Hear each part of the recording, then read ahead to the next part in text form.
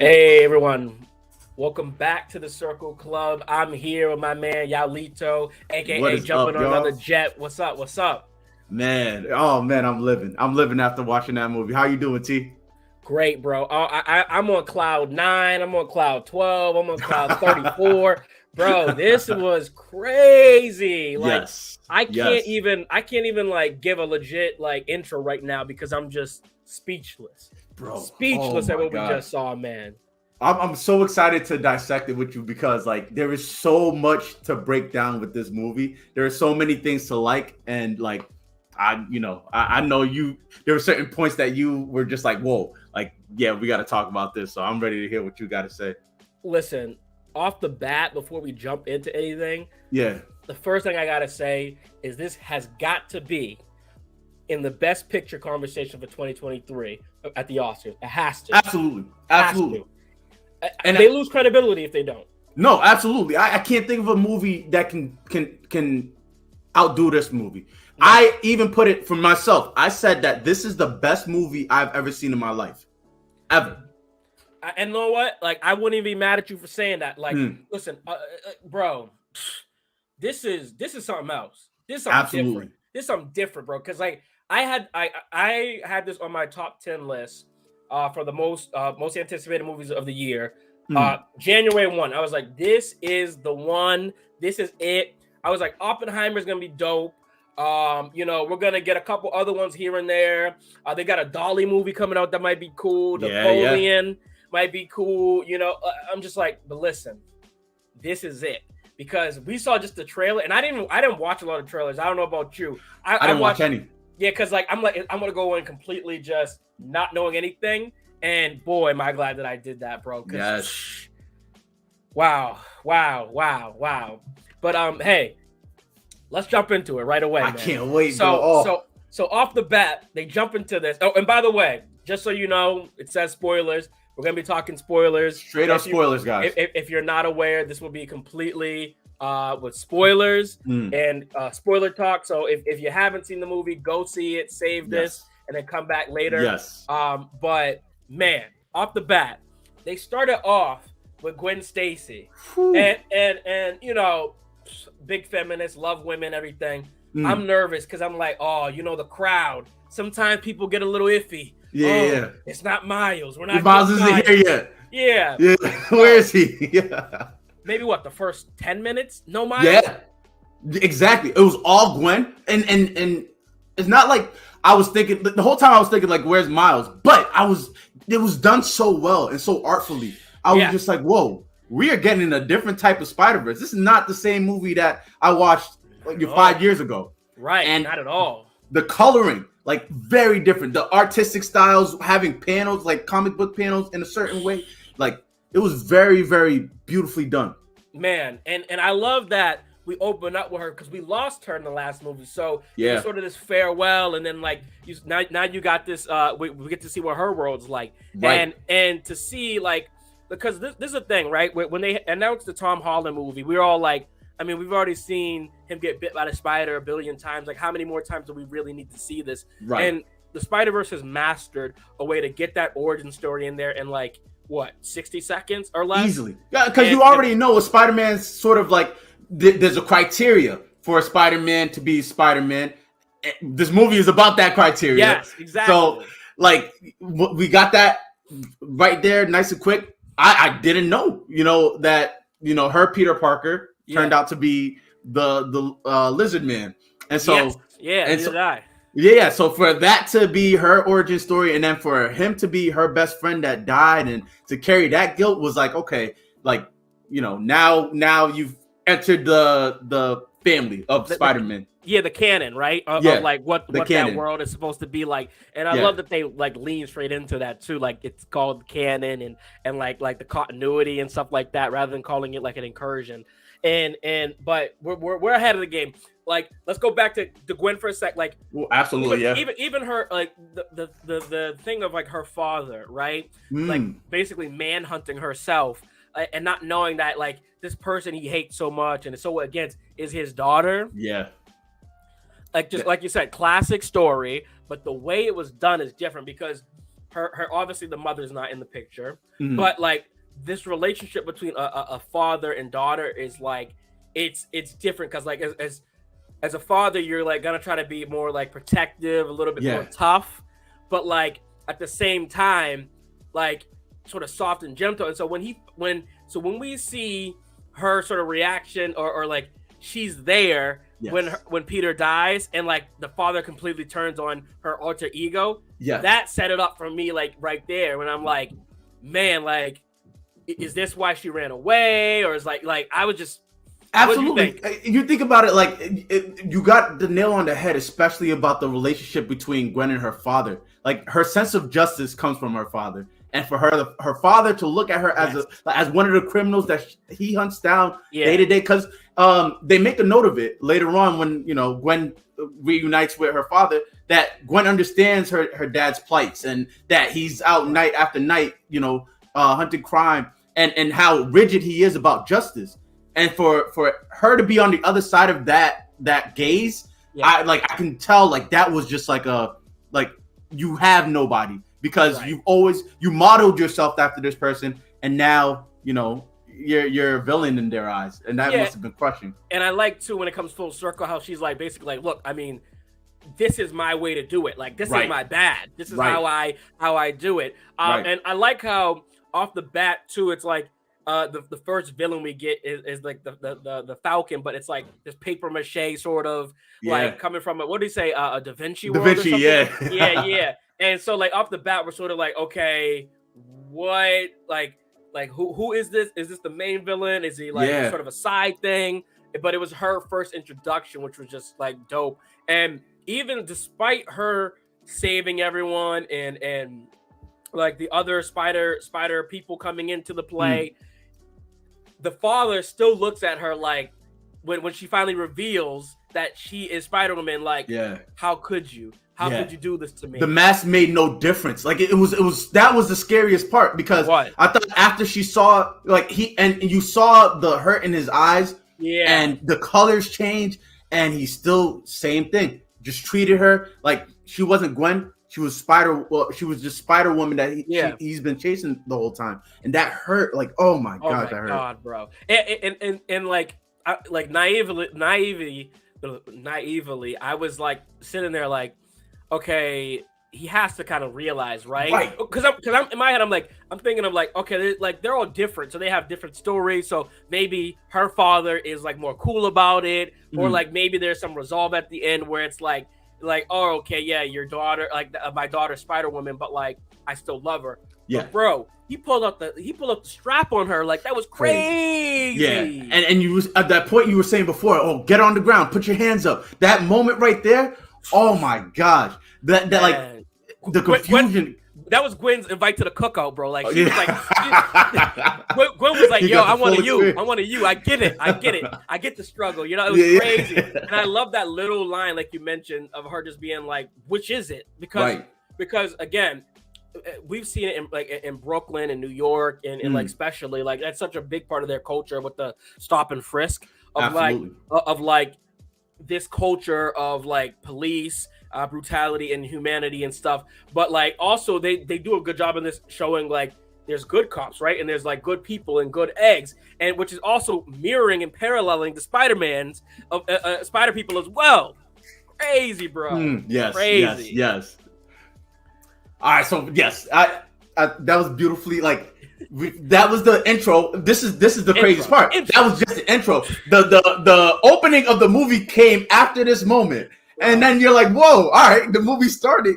That blew us away. I low-key was like, is this a Gwen Stacy movie? Like, right. Yeah. And I'm like, oh, this is maybe that was the plot twist. But then we get Miles Morales, and we get him in the like his parents. They're waiting for him to get into was it a college? Like it was like the guidance counselor, like the college advisor. Okay, and like so she was like, like he had his meeting to meet with the college advisor, and I love that we got to see Miles's growth so quickly. And like this idea, bro, this idea to basically be like Act 1, Act 2, Act 3, but with by just them putting the comic on the screen. I love that. It's like, all right, let's do this again. Boom, and they put that is just, I can't even express how much I love that. Because in the Yes. first movie, it goes back to what you said. We know there's a formula to who Spider people are and Spider-Man is. And for them to just put it like that, you see instantly, like, damn, like Miles is kind of bulky. He's gotten a little bit taller. Like Right. he's got more experience. And when he's going against Spot in the bodega, Bodega, and, yep. yeah, bro, and like him heating up the beef patty, bro. Yeah, and I didn't even like. It was so subtle. I was like, oh man. I was like, is he not? Who's the clerk that's like preparing the beef patty while he's like they're getting robbed? All of a sudden it's Miles and he's nonchalant. You can tell he's just used to us by now. Like, and it's such a huge growth from like the last movie. Because before he would have been freaking out. Yeah. What am I supposed to do? Right. But now he's like, man, you're just the villain of the week, man. I do this on a daily basis. Villain of the week is a key, man. And that term, right? That term, it's Spot in the chest. And low key, like if you think about it, like the great villains, that's how they all feel. It's like they feel alienated. They feel like no one cares about them. And like for Spot's origin story to basically be like, man, be the same thing. You got to go and live your life and do your own thing. And didn't even realize how that affected me or people who were in there. You know, I was just a worker, like, and I took the fall from this, man. Like, yeah. That was a big part, especially too. Like at first when he said it, it's like a villain sob story, right. And I was and so brushed aside, especially with how goofy he was. His spots, he was fumbling and bumbling with the spots, didn't really know what to do, kicked his own butt. Eventually, right? And so I'm just like, well, like, who is this guy? Let's just get on to the movie. And right. And I like too how what they do is with the world building of this is like we mentioned the beef patty, but also the clerk kind of being like, man, Miles, if you can handle this, bro, you ain't got to worry about paying that. Right. But at the same time, Miles is such a good dude. He throws him money or like they take a hot dog, he makes sure to pay. Like, it's just like a little bit of a different vibe. He doesn't take. He's like, no, this is a relationship back and forth. And I think that sort of is how he feels too along the movie. It's like he's looking for relationships that kind of give and take. And I love his homie Ned inside the dorm, like their dorm buddies, how he just casually knows like he's Spider-Man and that's his boy. But like he's like, man, like, you're like you could just tell, like they do such a good job. Like we see Ned for such a small time. Yeah, you can tell the vibe of him, kick back, legs up, wearing his shoes. Like, nah, so bro, you my boy. Yeah. You might like we're boys. Like the thick and thin. Like I got you. Yeah, and I think we haven't mentioned him, like, or I haven't heard a lot of people talk about him. In the third movie, I think Ned's gonna have to like somehow be incorporated or something because he keeps saying it. He's not gonna be the chair guy. And so he might end up being the chair guy. Yeah, and if you look at some of the other universes, the different Neds and stuff, like Tom Holland's Ned, him and like they're tight, but then obviously he doesn't remember anymore. But some of the Neds in the other universes too, he turns out to be, I think, Lizard Man or like or a bad guy of some sort. And so when we think about what Miles' story is, because Miles' whole thing, which we'll get into, is that he's gonna be like, I'm different, I'm the one, I'm him, and like. And so I'm curious how they like basically flip the Spider-Man story on its head, right? But before we even hop to like that's like the middle of the dang movie, man. Yeah, Miles and his dad, that relationship. What did you think? Up front, yeah. So I thought I want to bring his mom into it too because I feel like the parental relationship is very interesting. I was like, of course they're cool and hip. But clearly, like they just like, and I'm sure they're used to it because they've had friends who have teenage kids, and it's just like they feel that bridge appearing where like he's starting to feel more separate and his own person, and they don't quite know him as well. But it's so interesting how they have kind of like excused his excuses for that long, and then it finally reaches boiling point on that rooftop where they cleanly played that song. Silk and Cologne, that's on the album. Yep, beautifully played. I was like, wow. But on that rooftop, when it all came into an explosion, it was for his dad's becoming the commissioner, right? Exactly. And he wasn't there for it, but like they were so like graceful to him about everything. That part, like the fact that they were so graceful, I actually teared up later on when he was just talking with his mom. Yeah. And this is, of course, we're skipping quite a little bit ahead because this is the second conversation. But I teared up when she was like, protect that little boy, please. Like, as you go into the world, make sure you surround yourself with people who have your best interest. I was sitting there like, wow, like that is a conversation that needs to be heard throughout the theaters. I chose a bad time to, go on my my detox for a week, man, because man, I wish I was blasted to see this, because like really, bro, like, oh man, I like that moment to me too was like it's crazy because like we don't have kids, but like right, you could just tell like, yo, that's the biggest fear of a parent is like letting your kid go out into the world. Like I feel bad sometimes because like I know me, and I'm sure you too, because like we're the type of like people who are like, our parent hits us up and it's like, yeah, I'm in England, or I'm in Scotland or whatever, and they're like, Scotland, like what are you doing? Yeah, and then you can imagine from their eyes, like my son, like who is this? This was a baby, and like now they're out in the world. Right. The least, the only thing you can really do is what she did, which is like just say, I raised you a certain way, and with these hopes, I just hope that you maintain these, these part of you. Man, and for us and Miles, we feel in that moment of like, yeah, like we've had trials and tribulations throughout life. We get it. We'll be fine. We've been here before. But like as a parent, you don't get to see all of those little like moments of like growth and experience because you only know your own and like your own insecurities and fears and things like that. So like it was just a really beautiful moment and send off to me, and like and also like I love this moment too where Miles and his mother's talking, and she's like hesitant about the girl, and like it was very like Latina mom sort of thing of like hey, that's you my baby, like I'm not gonna let you go away. I love that too, and it was very close home to me because I've had moments working at jobs I didn't like or being at places where I'm just sitting there in the weeds of things or the routine, and my mom has like sort of like shaking me out of it, like, yo, like don't let no one treat you sort of any way or do anything, like and like and I felt like that moment was just so, it hit home, bro. Like I don't know, I do not know, because there's so many different diverse people, and I don't like, I got the writer's room, man, like who was in this writer's room, because it just felt so authentic, bro. That was the biggest thing. It just felt so authentic.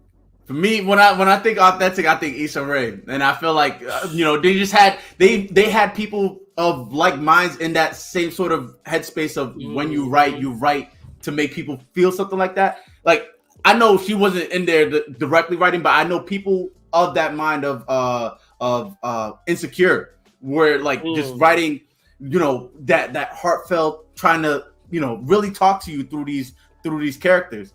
And I want to go back to the dad too, because there was that moment where Miles asked Spider-Man, and he was talking to Spider-Man, and he said, like what, I just don't understand my son, and this is a rare opportunity. Yeah, you are not, you can see what your dad's thinking, and he said maybe you should lay off of him, and like that's his first thought, of course, but at least he got to see that reaction. And then also too, he was like, maybe he finds it hard to talk to you. Like, what's so hard to talk to me about? Like, and it was just so like funny to see, like, all right, if you could be a fly on the wall and just like talk to your parent as somebody else, it's interesting, like that he was able to have that conversation in that time. Yeah, man. What's up, Marley? Welcome to the show. We're talking Spiderverse spoilers, but right now we're talking about his relationship with his father. Best movie of the year so far. I agree. Make sure you guys check out Marley as well. We're both doing like a little competition with our friend Megan of like the top summer movies, and so far we both had Spider-Verse #1 a long time ago, because we just knew this had juice. But yeah, like I thought that was a nice moment, because the father, I think like what you typically see in superhero movies where like the father and mother are so like black and white, you got to see these grays in this movie with them, where they were like they were like understanding, but like it's hard to let go. And you even see this moment where Miles's father and mother are like embracing one another and like, man, this is so hard. Like I know that this is like what it's supposed to be, but man, it doesn't make it any easier. Yes. And then so we kind of go on, and at some point Gwen ends up showing up. I just want to say before, like the process that she shows up, I loved so much because she showed up to James Blake's Hummingbird. He played this. He did, and it was so beautiful because you can take it. You can take it as this. This is how I took it. Yep. Miles was transported. The visual, the colors and everything. He was transported by listening to this man beautifully sing that song. Oh my god! And that's what I felt right before Gwen appeared. And another thing I want to say too is, so we had Sunflower, right? Sunflower. Yep. Sunflower is like the day. It is. I felt like Hummingbird was the sunset, and I believe that we'll get the night. That third, yeah. So Travis Scott. Yep. or maybe we get Frank Ocean come in and give us a night's rendition or something, you know? Yo, they're gonna make it happen. If they they'll make it happen. Man, yeah, and but like so we get Gwen. She comes in, and Gwen ain't even supposed to be talking to Miles, right? And just like, let me get your quick reaction. Do you think Gwen is feeling your boy? Is Gwen feeling Miles? I can't tell. I think she is, but she's playing too much because, especially, you read through this, you saw him draw pictures of you, like you saw all different art fonts. You haven't seen the graffiti yet, but you've seen like the picture book, and so I'm like, you know, you're just playing with him now. Like, just tell him you like him too. Right, and that's the thing is, like, she knows because she's drawing little pictures of him and thinking of him, got his little photo, and I'm like, she's definitely feeling your boy. Yeah. But like, she's not ready to make that jump because she's like, I just like, I think it's because she knows what happens with every Gwen and Peter. And someone on TikTok said she's trying to lead him on. Like, I think she wants to lead him on a little bit. Yeah. But at the same time, it's because she knows the canon. She's like, if I get with you, something bad's gonna happen. But then there's also the actual infeasibility of it because they're also from different universes. So if we start something here, there's a chance we might never see each other again. Exactly. It's like this is that rare fate. They already thought they were gonna see each other again, but now they're seeing each other again. It's kind of like, you're playing with fire a little bit. Yeah. Right. Yeah. But ultimately, she goes and she sees them. They walk, bro. Cinema, absolute cinema at its finest. Oh, when they're sitting there together and she walks upside down, her hair, even like the way her cheeks slightly like, because like if you're upside down, your cheeks are gonna be slightly, man. Right.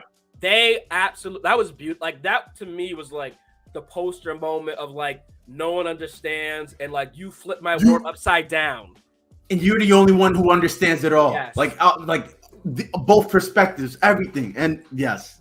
And I like how Miles tried to riz a little bit, like he puts his hand out, but like doesn't fully go through. But at the end of the day, he still leans on him. Yeah. Because she's like, oh, this sucks. Like, and like, you know, if you've ever fallen in love or had a crush with someone or like just been bad timing or a friend, you know that feeling of like, one of us has to take a leap of faith, but we can't. Right. And what's so amazing about this story is that this really is a love story in so many different ways. It's a love story amongst family, amongst friends, amongst lovers, amongst just like a love of like, you know, self-identity and just your own self, man. Yep. And it's just so layered, bro. And so Gwen, we find out Gwen's actually there to try to get rid of Spot because he's an anomaly and he's kind of running rogue and wild. And I also thought, like, well, I won't get into Miles being a novel. We'll get into that down the line. But so she's not even supposed to be really in there. And like, I'm sorry. And that's why at first I was like, why did she ditch him? I was like, she just left. I'm like, what's going on there? And we find out basically she's not supposed to be with him. And Issa Rae probably be blowing her up like, hey, you didn't constantly. Go to the boy. Yeah. Oh man. But so now as she starts to leave the world, we get a glimpse of Spot, and he's popping in through different universes. I was cracking up when they got to that Lego universe. And man, that was beautiful. And then and he's sitting there. He's like, "Yeah, I just spotted an anomaly." And he's like, "Thank you. You're our best operative." And I was cracking up, bro. I'm like, the animation too. He just walk into the bathroom, put it on. Right. I was cracking up, bro. The mixed media, man. Like this. Yes. As a creator myself, man, it pains me to see someone else get to do this because in my head I'm like I've known for the longest time I'm like this is where the art form needs to move, but I don't have the funds, I don't got the team, but like oh my god, bro, this is mixed medium at its finest. Like, yo, they legit need to put this movie on rerun at MoMA or something, or like or at the Louvre, because I'm like, yo, we've never got anything like this, man. At least a slideshow of the individual like the part like mediums of art that was used, because it was just like, I mean, we'll get into Spider-Punk later, but they never took him off. They never took him off. Like, that was crazy. I mean, and it's so basically Miles goes and follows him. And I love too, because like Miles is invisible. Like, that's something that like none of the like when I first saw the first, that just blew me away. I did not expect that at all. And the comics are like slightly different than their takes, but I love it because it's just its own thing. And just like looking up in some video essays and following things like that, I've heard that a lot of these characters are like the base of who the characters are is there, but they go in their own direction. Like Issa Rae's character is not really like that. And so to take that creative freedom and liberty with these and nail it, that's hard to do, because like because that's one of the biggest complaints people have about the MCU is like the material's already out there and what you're doing with it isn't working. But so now I wonder, all right, if that's the case where the base of the character is there and the they kind of freestyle, I wonder how like super deep Spider-Man fans feel about this film, because did they want them to be true all the way through with the character, or what I've seen just great reception from people on some of these videos and comments and stuff. And I think what a lot of people appreciate is that they kept the OGs as themselves in there, but they're giving us new Spider-Mans. And it's like almost like, it's like, all right, if you've done everything, what more can you do? But they have like done that. They've bent it. Like we'll get into Peter Parker, the OG with the baby at some point. But like the fact that he's always wanted a child, and Miles is sort of that like adoptee sort of son to him, almost Iron Man, Tony Stark, right? And to get his own, like, that's a bit different. Issa Rae, even just being a black woman, like, we see that moment where Gwen's like, "Man, you're so cool." Like, cause I love that. Can you adopt me? Man, we all know how like like young white women are with like Beyonce or SZA. Like, they're like, "Damn." Like Adele, Adele, right? Adele, right?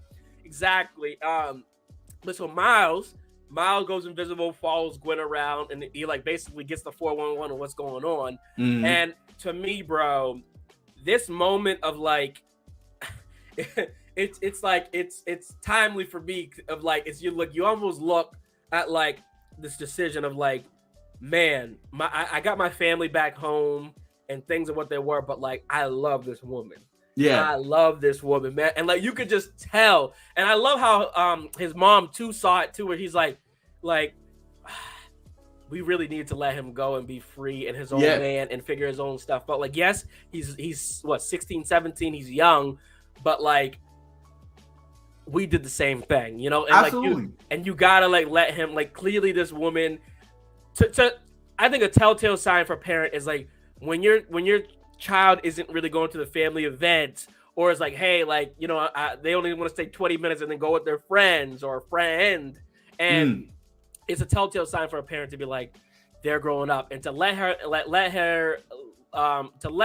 for his mom to be like, go Miles, that was really relatable too, because like we've all been like, hey man, mom, can I go please? It's like no, but like time you get I mean, it's like, that's everything. And also too, you know, he's only lived the 15, 16, 17 years of his life. Like, to him, the relationship that he had with Gwen was so like the magnitude of it was unreal, unlike anything he's ever seen. Right. And you couldn't know, even imagine. Right. Like somebody like us, we've seen a lot of life. So, if we had a chance to escape the universe and go to another portal, we'd probably make a fair decision. Right. Is it worth it? Yeah. If it's worth it, we'll go. If not, we have too much responsibilities, we'll stay. Yeah, listen, man. If the person I'm in love with, the person I'm gonna build my life with, like, and that's why he sort of says too, like, I think every time, if you notice, every time he leaves his mom or father, he always sort of makes sure to like say I love you or embrace, because it's like that's sort of that responsibility of being a Spider-Man. Is like you never know when that last time is, and I think he realizes that once his uncle passed away, of like you gotta appreciate people in the moment, and I think because he's gotten so busy, he's sort of like he's got a little lost with that, but I think fundamentally when he sees them, he's still like trying to embrace them and stuff. Obviously they fight. To his parents' credit, though, because they reel him back in. Yep. If they let him go too long, he might have forgotten the responsibilities. But every 100%. Time they reel him back in and tell him, "Hey, just know we love you, and this is home base. So like whatever's going on, this is home base. Like that's huge." There's nothing you could have told 16-year-old Tyrone, 17-year-old, like I was jumping in that loop, bro, with my girl. Like because it's just like. When you're that young, the emotions that you have are so strong. You don't think you'll ever find a love like that ever? For real, because this is it's that puppy love. It's like you go crazy, and so when he jumps in, his whole world gets like Gwen's like, bro, what are you doing here? Like and I love just the interaction of like seeing everything going on and looking futuristic. Yeah, man, yeah, and then she ends up jumping into Mumbai, right? Yes. And we dog. I thought we were gonna get like a Miss Marvel cameo or something because like we know she like her background too, like. But this Indian character that we got for Spider-Man, bro, incredible introduction. Round of applause, bro. Yes, absolutely. Bro. I mean, incredible introduction. Dog, I could watch a whole movie with him. Right. Whole movie. If they drop a short in between, I would be so grateful. Like I could easily. His introduction was so clean, funny, like charming. Like he's cocky, but he's as a young Spider-Man from India should be. Like man, he said, look, I'm a good looking brother, Right. Like, he said he was like I got the skill, I'm smart, I'm intelligent, and so he knows his self-worth, and I love that. Yes. And I love too the little moments. It's funny, shout out to Matt. I know there's a big thing with him is when people say chai tea.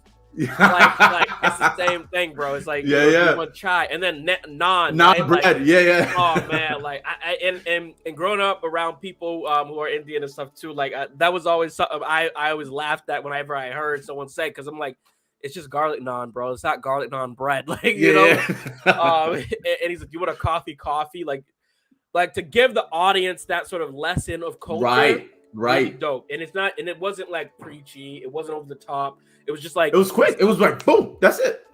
Absolutely, it's a quick little snappy sort of Spider-Man element that they all have, right? Yes. And I love too when he asked basically like, oh, do you know about what's his name, Otani or whatever, O'Hara, or what the Spider Punk? I don't know. Hobie, yes, thank you. Hobie, he's like, oh, do you know about Hobie? And I'm like, oh, Gwen, don't do it. Yeah, bro. Oh my gosh, I'm sitting there like, nah, man, get me out this movie. Right. I said, Gwen, please, Gwen. Oh, bro, and you knew it was coming, man, Gwen, and he's like, and then, and it was like, it's such a quick moment too, you forget about it. Because like there's so much going on, and like I love that they all try to collaborate. Miles starts glitching out, and you're like, damn, like what are the ramifications of that happening? They get to Spot at LexCorp or whatever it is, and LexCorp is Superman, but you know what I'm talking about. But and then when he shows up, bro, not only is this man's intro so fire, you find out it's Daniel Kaluuya, bro. Oh man, so clean. I was like, man, and he was spitting straight roadman lingo. Roadman language, bro. He was going in. Oh my god, brother. Oh my god, bro. I was sitting there like, yo, Let's go. The man them are cheering for this. Yes, man. Oh, it's a big thing, yo. I say, whoa, what? We got and like I when I saw Spider-Punk, for some reason, like when I saw like the poster, it didn't even click to me, like, because again, I really didn't want to look too much into the story. I wanted to go in, and I would recommend anyone watching, like if you're watching this and before you've seen the movie, you're crazy. But like, don't look up trailers, don't watch the breakdown, just go into it not knowing anything. It's the best way to do it. I didn't know he was gonna be British. I thought he was gonna be like a rock and roll, like actual music. I don't even know if bro really even played rock and roll once. No, not at all. He just came in and just like he was just cool. Yeah, he was just punk. And the fact that like his hair reveal was just mind blowing to me. Like the long wicks and just like piercings and just like nonchalant. I was just like, man, how did he fit that under the mask? That was insane. Right. But two is like he had so much, like his defiant personality was like at first I'm like, this is that like rebellious attitude that anti-Captain America in my head, very like if there was a Captain England, that'd be his nemesis. For real. I would love to watch him and Captain America just go at it. You know what I mean? Easy. Oh Captain my America God. being all patriotic and him being like, man, so why we got to work on 8 to 5? And I can't get healthcare. That's okay. Right. Exactly. We'll talk about this. He was like, he'd be like, yo, I'm gonna knock you out to the point you won't even be able to afford it. Like,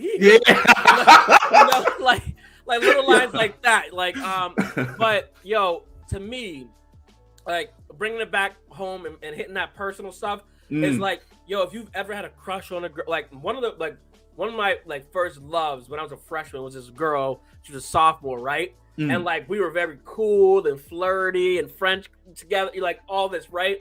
But like she had this older dude that was interested in her. So like again, I'm the freshman, she's a sophomore, and she's a junior.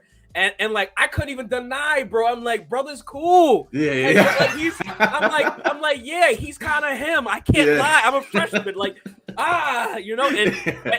I know Miles. Like, so it just was so authentic of like Miles. And I respect that Miles is like, come on, man. Like he's even cool. Like other than like, oh my God. Like Miles is hurting, bro. and the fact that Gwen, and this was telling to me too that I was like, okay, Gwen does like Miles because he's like, oh, like you left your sweater or whatever, and he's like, and then Indian Spider-Man's like, told you, bro. Right, yeah. And that's the thing, especially when we even talk about the interaction the Indian Spider-Man and Spider-Punk had. They were best bros. And then as for them to like also play in this little romance as Spider-Punk being the love interest, but then the Indian Spider-Man, like he knows that Miles into Gwen, and then knows that Gwen's into Miles, so he's teasing and prodding it, and so it's like it's like the healthy space for love to bloom, man. It was just nice. You think about England and India, they're like past relationship together, and that too. Like it was like sort of like it was like a Bloods and Crips moment where they hold the like we gotta come together for this moment, man. Like let's put our differences aside for this, for Spider-Man. Yeah.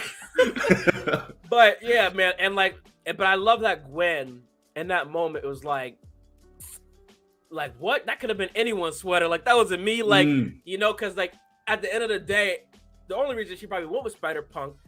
And obviously, this sister got a type, but she only went with Spider-Punk because, Miles, it was never gonna really happen. She never thought she was gonna see him again. Right. And also they relate pretty heavy. She's a drummer, he's a guitarist.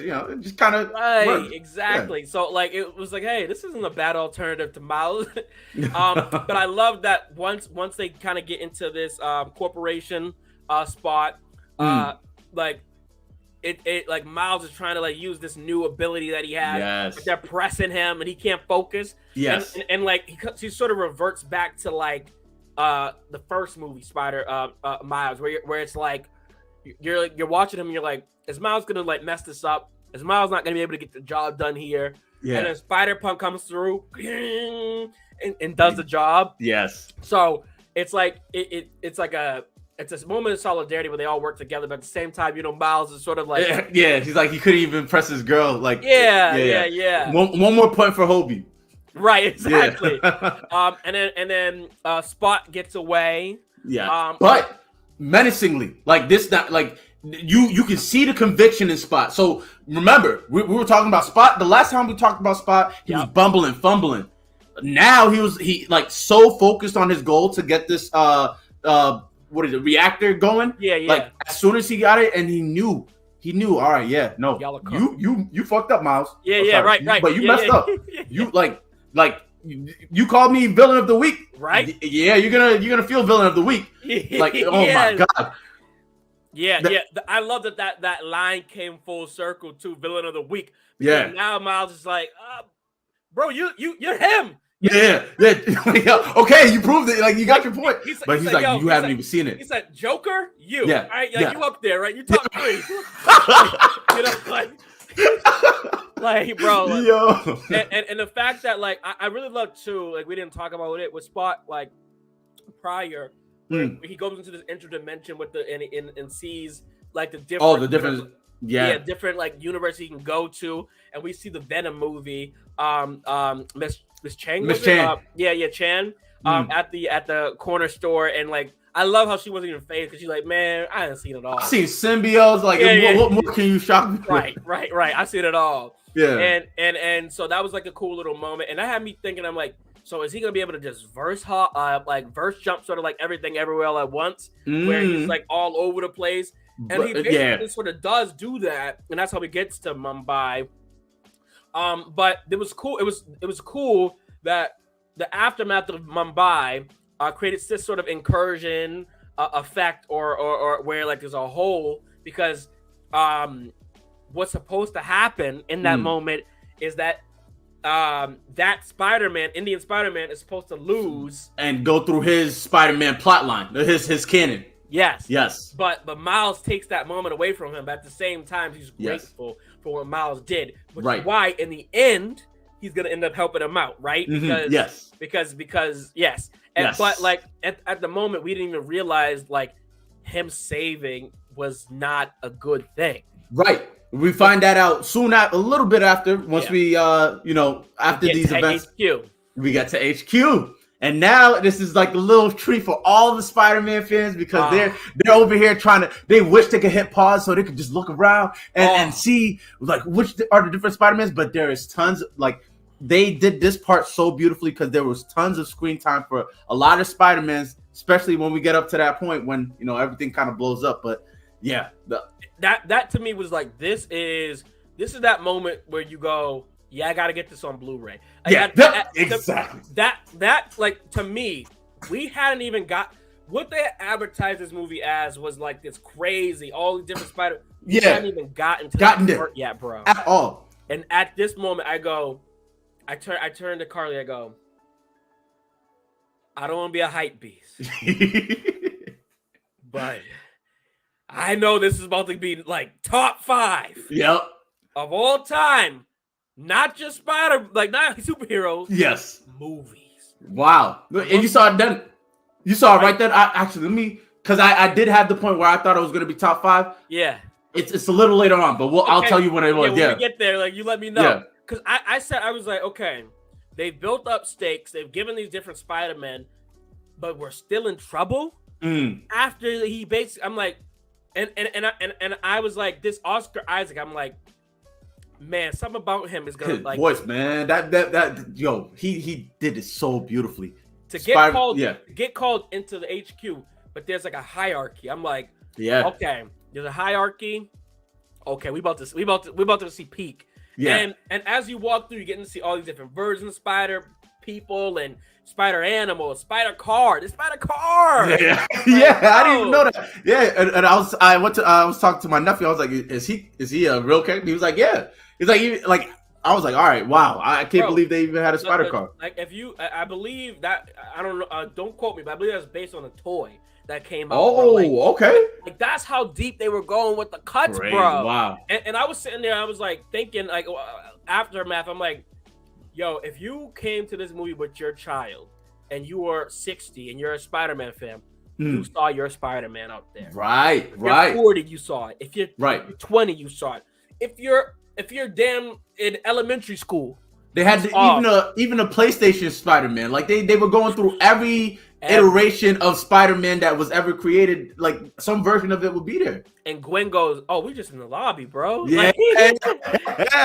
Like that to me was like that was the moment I go to the top 5 because I was like, that was the director basically being like, "You haven't seen anything yet." I know y'all. He knew. Yep. He knew people in the audience going, "What?" like he knew, right? Yup. And the fact that we just kind of kept getting more and more and more, and bro, we got VR Spider-Man. Right. Like he goes, "Hey, he goes, I'm Spider-Man." She goes, "Wow, really?" Like, yeah. Like, yo, this guy's a noob if I've ever seen one. And that's totally like VR culture, like online culture, like that online game would be like, "Wow, Miles, you're Spider-Man." Like it's like they're so sarcastic. I loved it.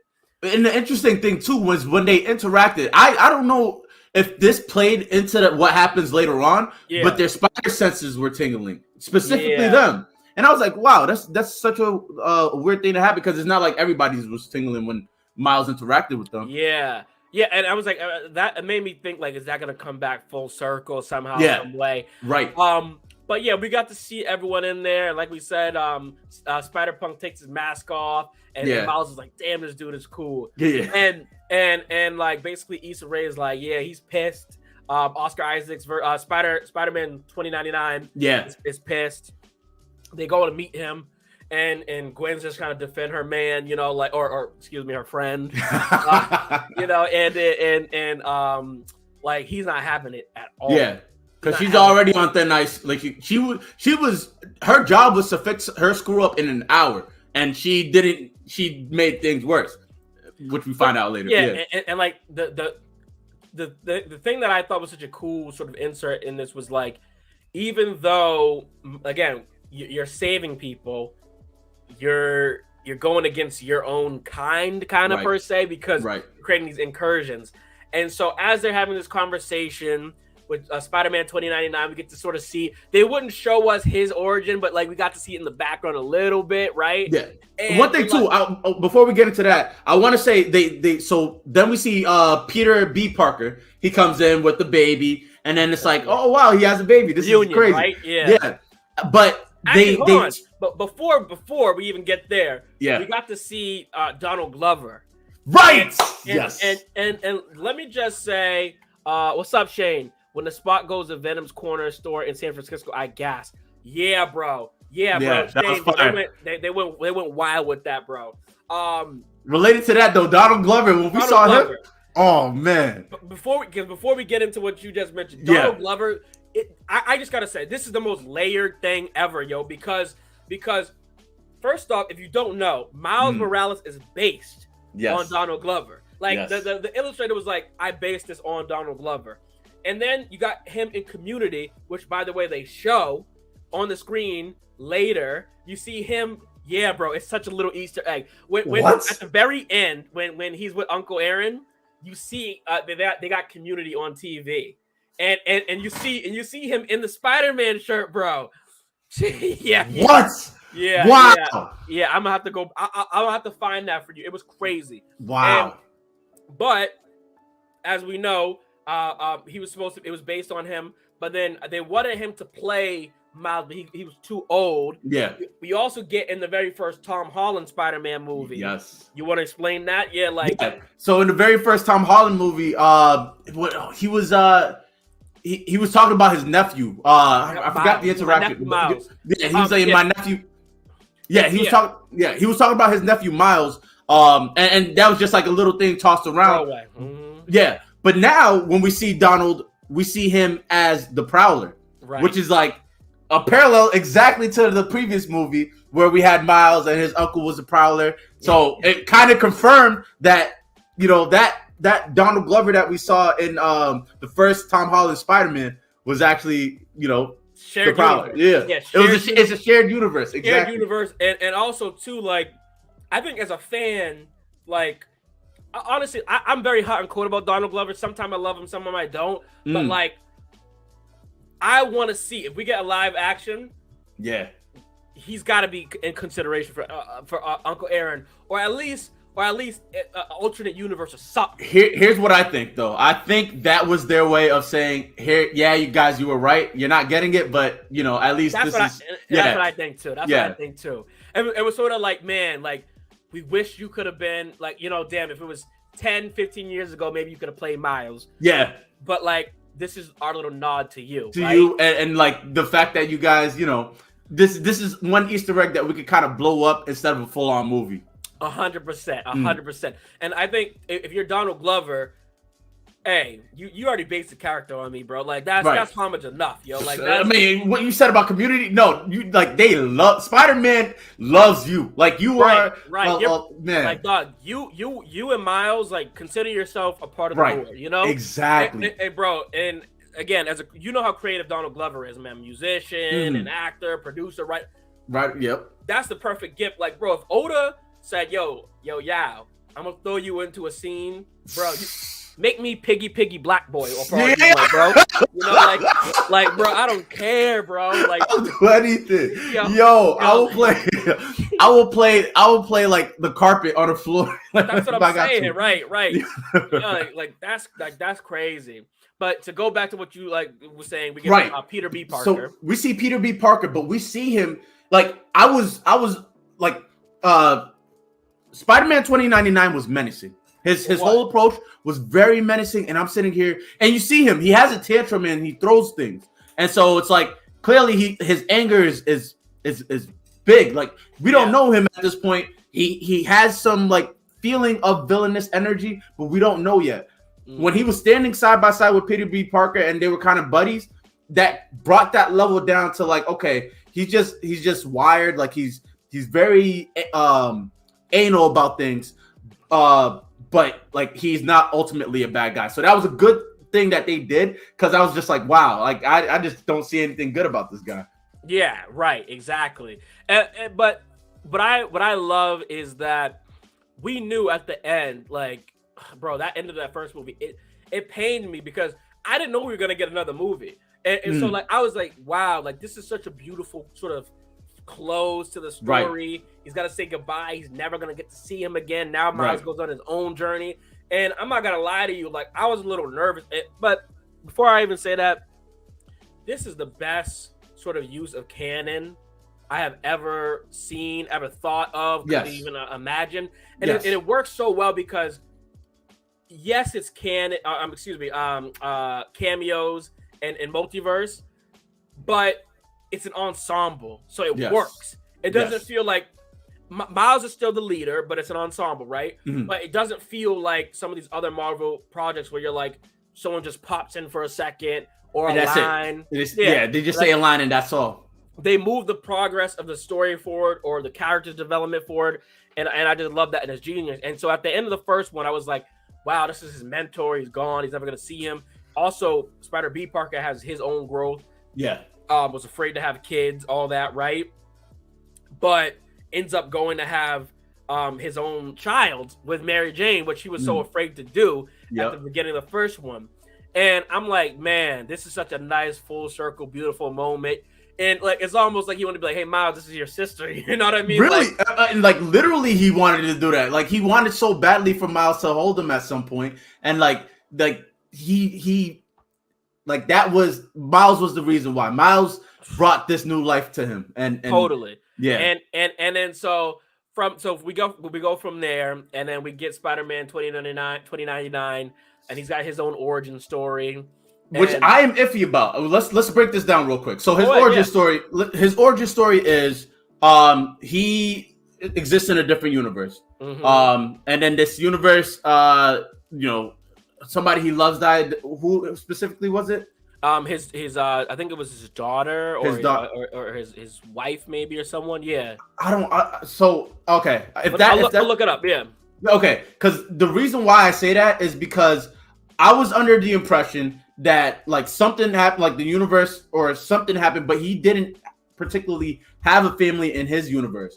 because he like I remember the language that he says is, I saw a universe where I had, you know, a child and a wife and decided to go take that place when that version of him died. And so when he went into that universe, he came in as a single guy who didn't know this family and then assumed the position of the you know, of this former version of himself, or this alternate version of himself, which is kind of weird to me. So Shane said he died, he replaced himself. So I gathered that. I was trying to, like, what I'm trying to recall, Shane, is like what, like, who died in his universe, that made him want to do that. But because that for me was like, it all happened so quick that I didn't really get to grasp it either. But so I think that, like, when he replaces himself, that's how we basically figure out this whole thing of, like, you can't replace yourself or exist in another universe, because then it just makes it sort of erode and break down, right? And I liked that, but it felt like maybe he went a little 0 to 100 with that too. That's what I thought too. Because and this is my bigger point about the canon, and I think it's all an exaggeration from an experience that he personally had, that he now thinks to believe is a fundamental truth. Exactly. Yes. I agree. But what I can say is, I do like that. I mean, they sort of set him up to be the villain, right? And I like how he tries to replace himself, because I think when we talk about, like, some of these crossovers and cameos and stuff, that wasn't really the case. It was more so like the crossing over happened to be just like anomalies and things like that. So I thought it was kind of cool that he did try to go back to his normal world in a rogue way. But I like that there's rules, right? Because in a universe you need rules. You can't just like have people pop in whatever they want. And like the bracelet idea is kind of cool too, which we didn't even mention. Is in order for Miles to even not be glitch. And not glitching in this, like, HQ, he had to have the little bracelet, which was funny because they're like, oh, I didn't know that they gave that to adults. It's only for babies. Shane says he could have been an anomaly lost between universes. I mean, maybe that was his origin. I'm not sure, but like I think maybe that's what they might explore in this third movie too. My only point with that is, if he did not have the life that he walked into, I think that's very suspicious. Like, that's right. There's something off about that. But basically from that point on, he explains, like, the canon and, like, what each spider person has to go through, and that was really dope to me, how they made it like a net, like it was like a big web. A big web. And then you see this digital sort of, like, aspect and stuff. That was like I like, to me, if there was any sort of, like, Marvel cameo moment, I thought that's what it was. Like, this is what Marvel does. They, like, show you something real quick. They don't give it too much all the time. But that was cool how you got to see Tom Holland be in there crying. You got to see Andrew Garfield. Garfield, that was huge. That was huge. That was a nice. I feel like he's had such a redemption in general because so many people, like, really couldn't appreciate those movies while they were out. I didn't appreciate them. I did. I to this day I still don't really love him. But I like him. And to me, he's such a good actor. I'm like, that should be just a telltale sign that it was bad writing and right. That's true. And I think that's what everyone felt like. Dang, like, he was because the Tobey Maguire, he was way too old to be playing him. Oh yeah, but I think this is also a time, like, you got to think about the early 2000s. Right. Everybody in the early 2000s that was in high school, if you graduated in the class of 2002, you look 30 years old in your high school photos. So it's like, he just fit the cast. Totally, man. And so I felt like that it was just of his time. And so to get Andrew Garfield, who looks slightly a bit younger, like, he sort of had that, like, young. It was like a nice balance in between, but the writing and the story was off. It was just, like, so disappointing, you know. And then we get Tom Holland's version, who is clearly just, in my opinion, as far as, like, look and age, the best of the three. But the problem with his stories, in my opinion, is, like, it never feels like a Spider-Man story. It feels like Marvel movie. Yeah, everyone else is and Iron Man and this and that, and he's never really the main enchilada of his own story. Right. So it'll be interesting to see once because he's getting a new trilogy how they handle that. Right. But this sort of canon explanation is like a love story to all the different Marvels out there and all the different versions, and we get to see those sort of cool glimpses of different Uncle Bens. Yes. Everyone has their own version of Uncle Ben. He gets to see his uncle in that moment as well. And as Miles is having this realization of like, yo, they kind of played me here. Yeah. All of them start to surround him. Slowly, and you see them coming from the shadows, and then he asks, like when he asked them, like because he knows like something's up, and they didn't tell him. They didn't tell him right out, but he's like, you know, when is he supposed to die? He starts to realize that his dad is on the chopping block. Like his dad is his 2 days. Uncle, and he said 2 days, and then he looks back, the friends that he made in the previous movie that he gained trust. He looked at them, and you guys knew. Y'all knew. Ooh. Y'all knew. And he's like, no, I gotta go home. He's like, you can't go home. Bro. It needs to happen. That felt like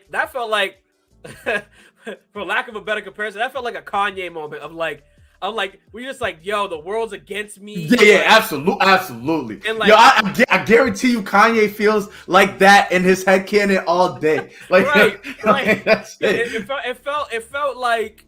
So Miles is like, yo, I thought y'all loved me. I thought we was together. I thought we had the same understanding of like, you know, no one can understand it but us. And for Miles to basically find out like, yo, Miles, you're the reason that like the canon even exists and all this stuff is going on. Yes. And like your dad has to die. Like, I'm sorry, but your dad has to die. He's not accepting that. Yeah, not at all. And the fact that you like, I was sitting there like, man, like I can't even rationalize Miles even accepting this fate. Not at all.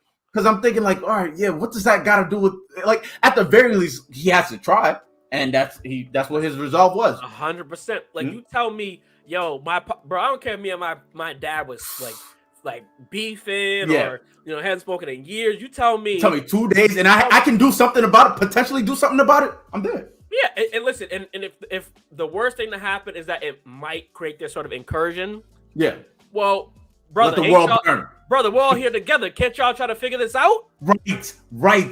Because not only are we Spider-Man, a lot of us are scientists and geniuses here. Thank you. We could probably sit down and figure out what this whole continuity thing looks like. Tony Stark in Doctor Strange can't figure this out. Right. We are the ones that figure this out, you know? Like, and they even took a shot at Doctor Strange at one point where they were like, yeah, even that mess that the one from World 66, whatever it is. That's great. To his mess because because that was kind of crazy too in Doctor Strange's universe, how Peter basically creates he's the one multiverse. Yeah, you're right. Yeah, right? Yep. And that's what I was like, yo, it's so cool to me that even in the live action versions, the canon still exists, bro. Like, yes. And I think this is around the point where I'm like, yeah, this is beyond goated because right. Yeah, like because this now we're kind of top 3-1 to me at that moment. Yeah. Because the power of storytelling you need to be able to have in order to weave all of these separate stories. You know, they're the same. You take the cast of it, which is the Spider-Man. You take the model, the blank canvas of it, and then you start to just find the commonality of it, and then frame the entire universe on that. This entire story on that, and now you're like, okay. You're putting every Spider-Man on the head of Miles Morales. Like that's basically like Miles Morales is realizing what a Spider-Man is, and now he has to deal with that. I don't know. Yeah, by this point he knows that he's a anomaly, right? No, so that happens right after, I think. Okay, all right, continue. But what I was gonna say is, to me, I personally feel that this was so there's a lot of people who don't understand that when Stan Lee made these comics, right, that they were supposed to be about social justice, racial justice, inclusion, all this stuff, right?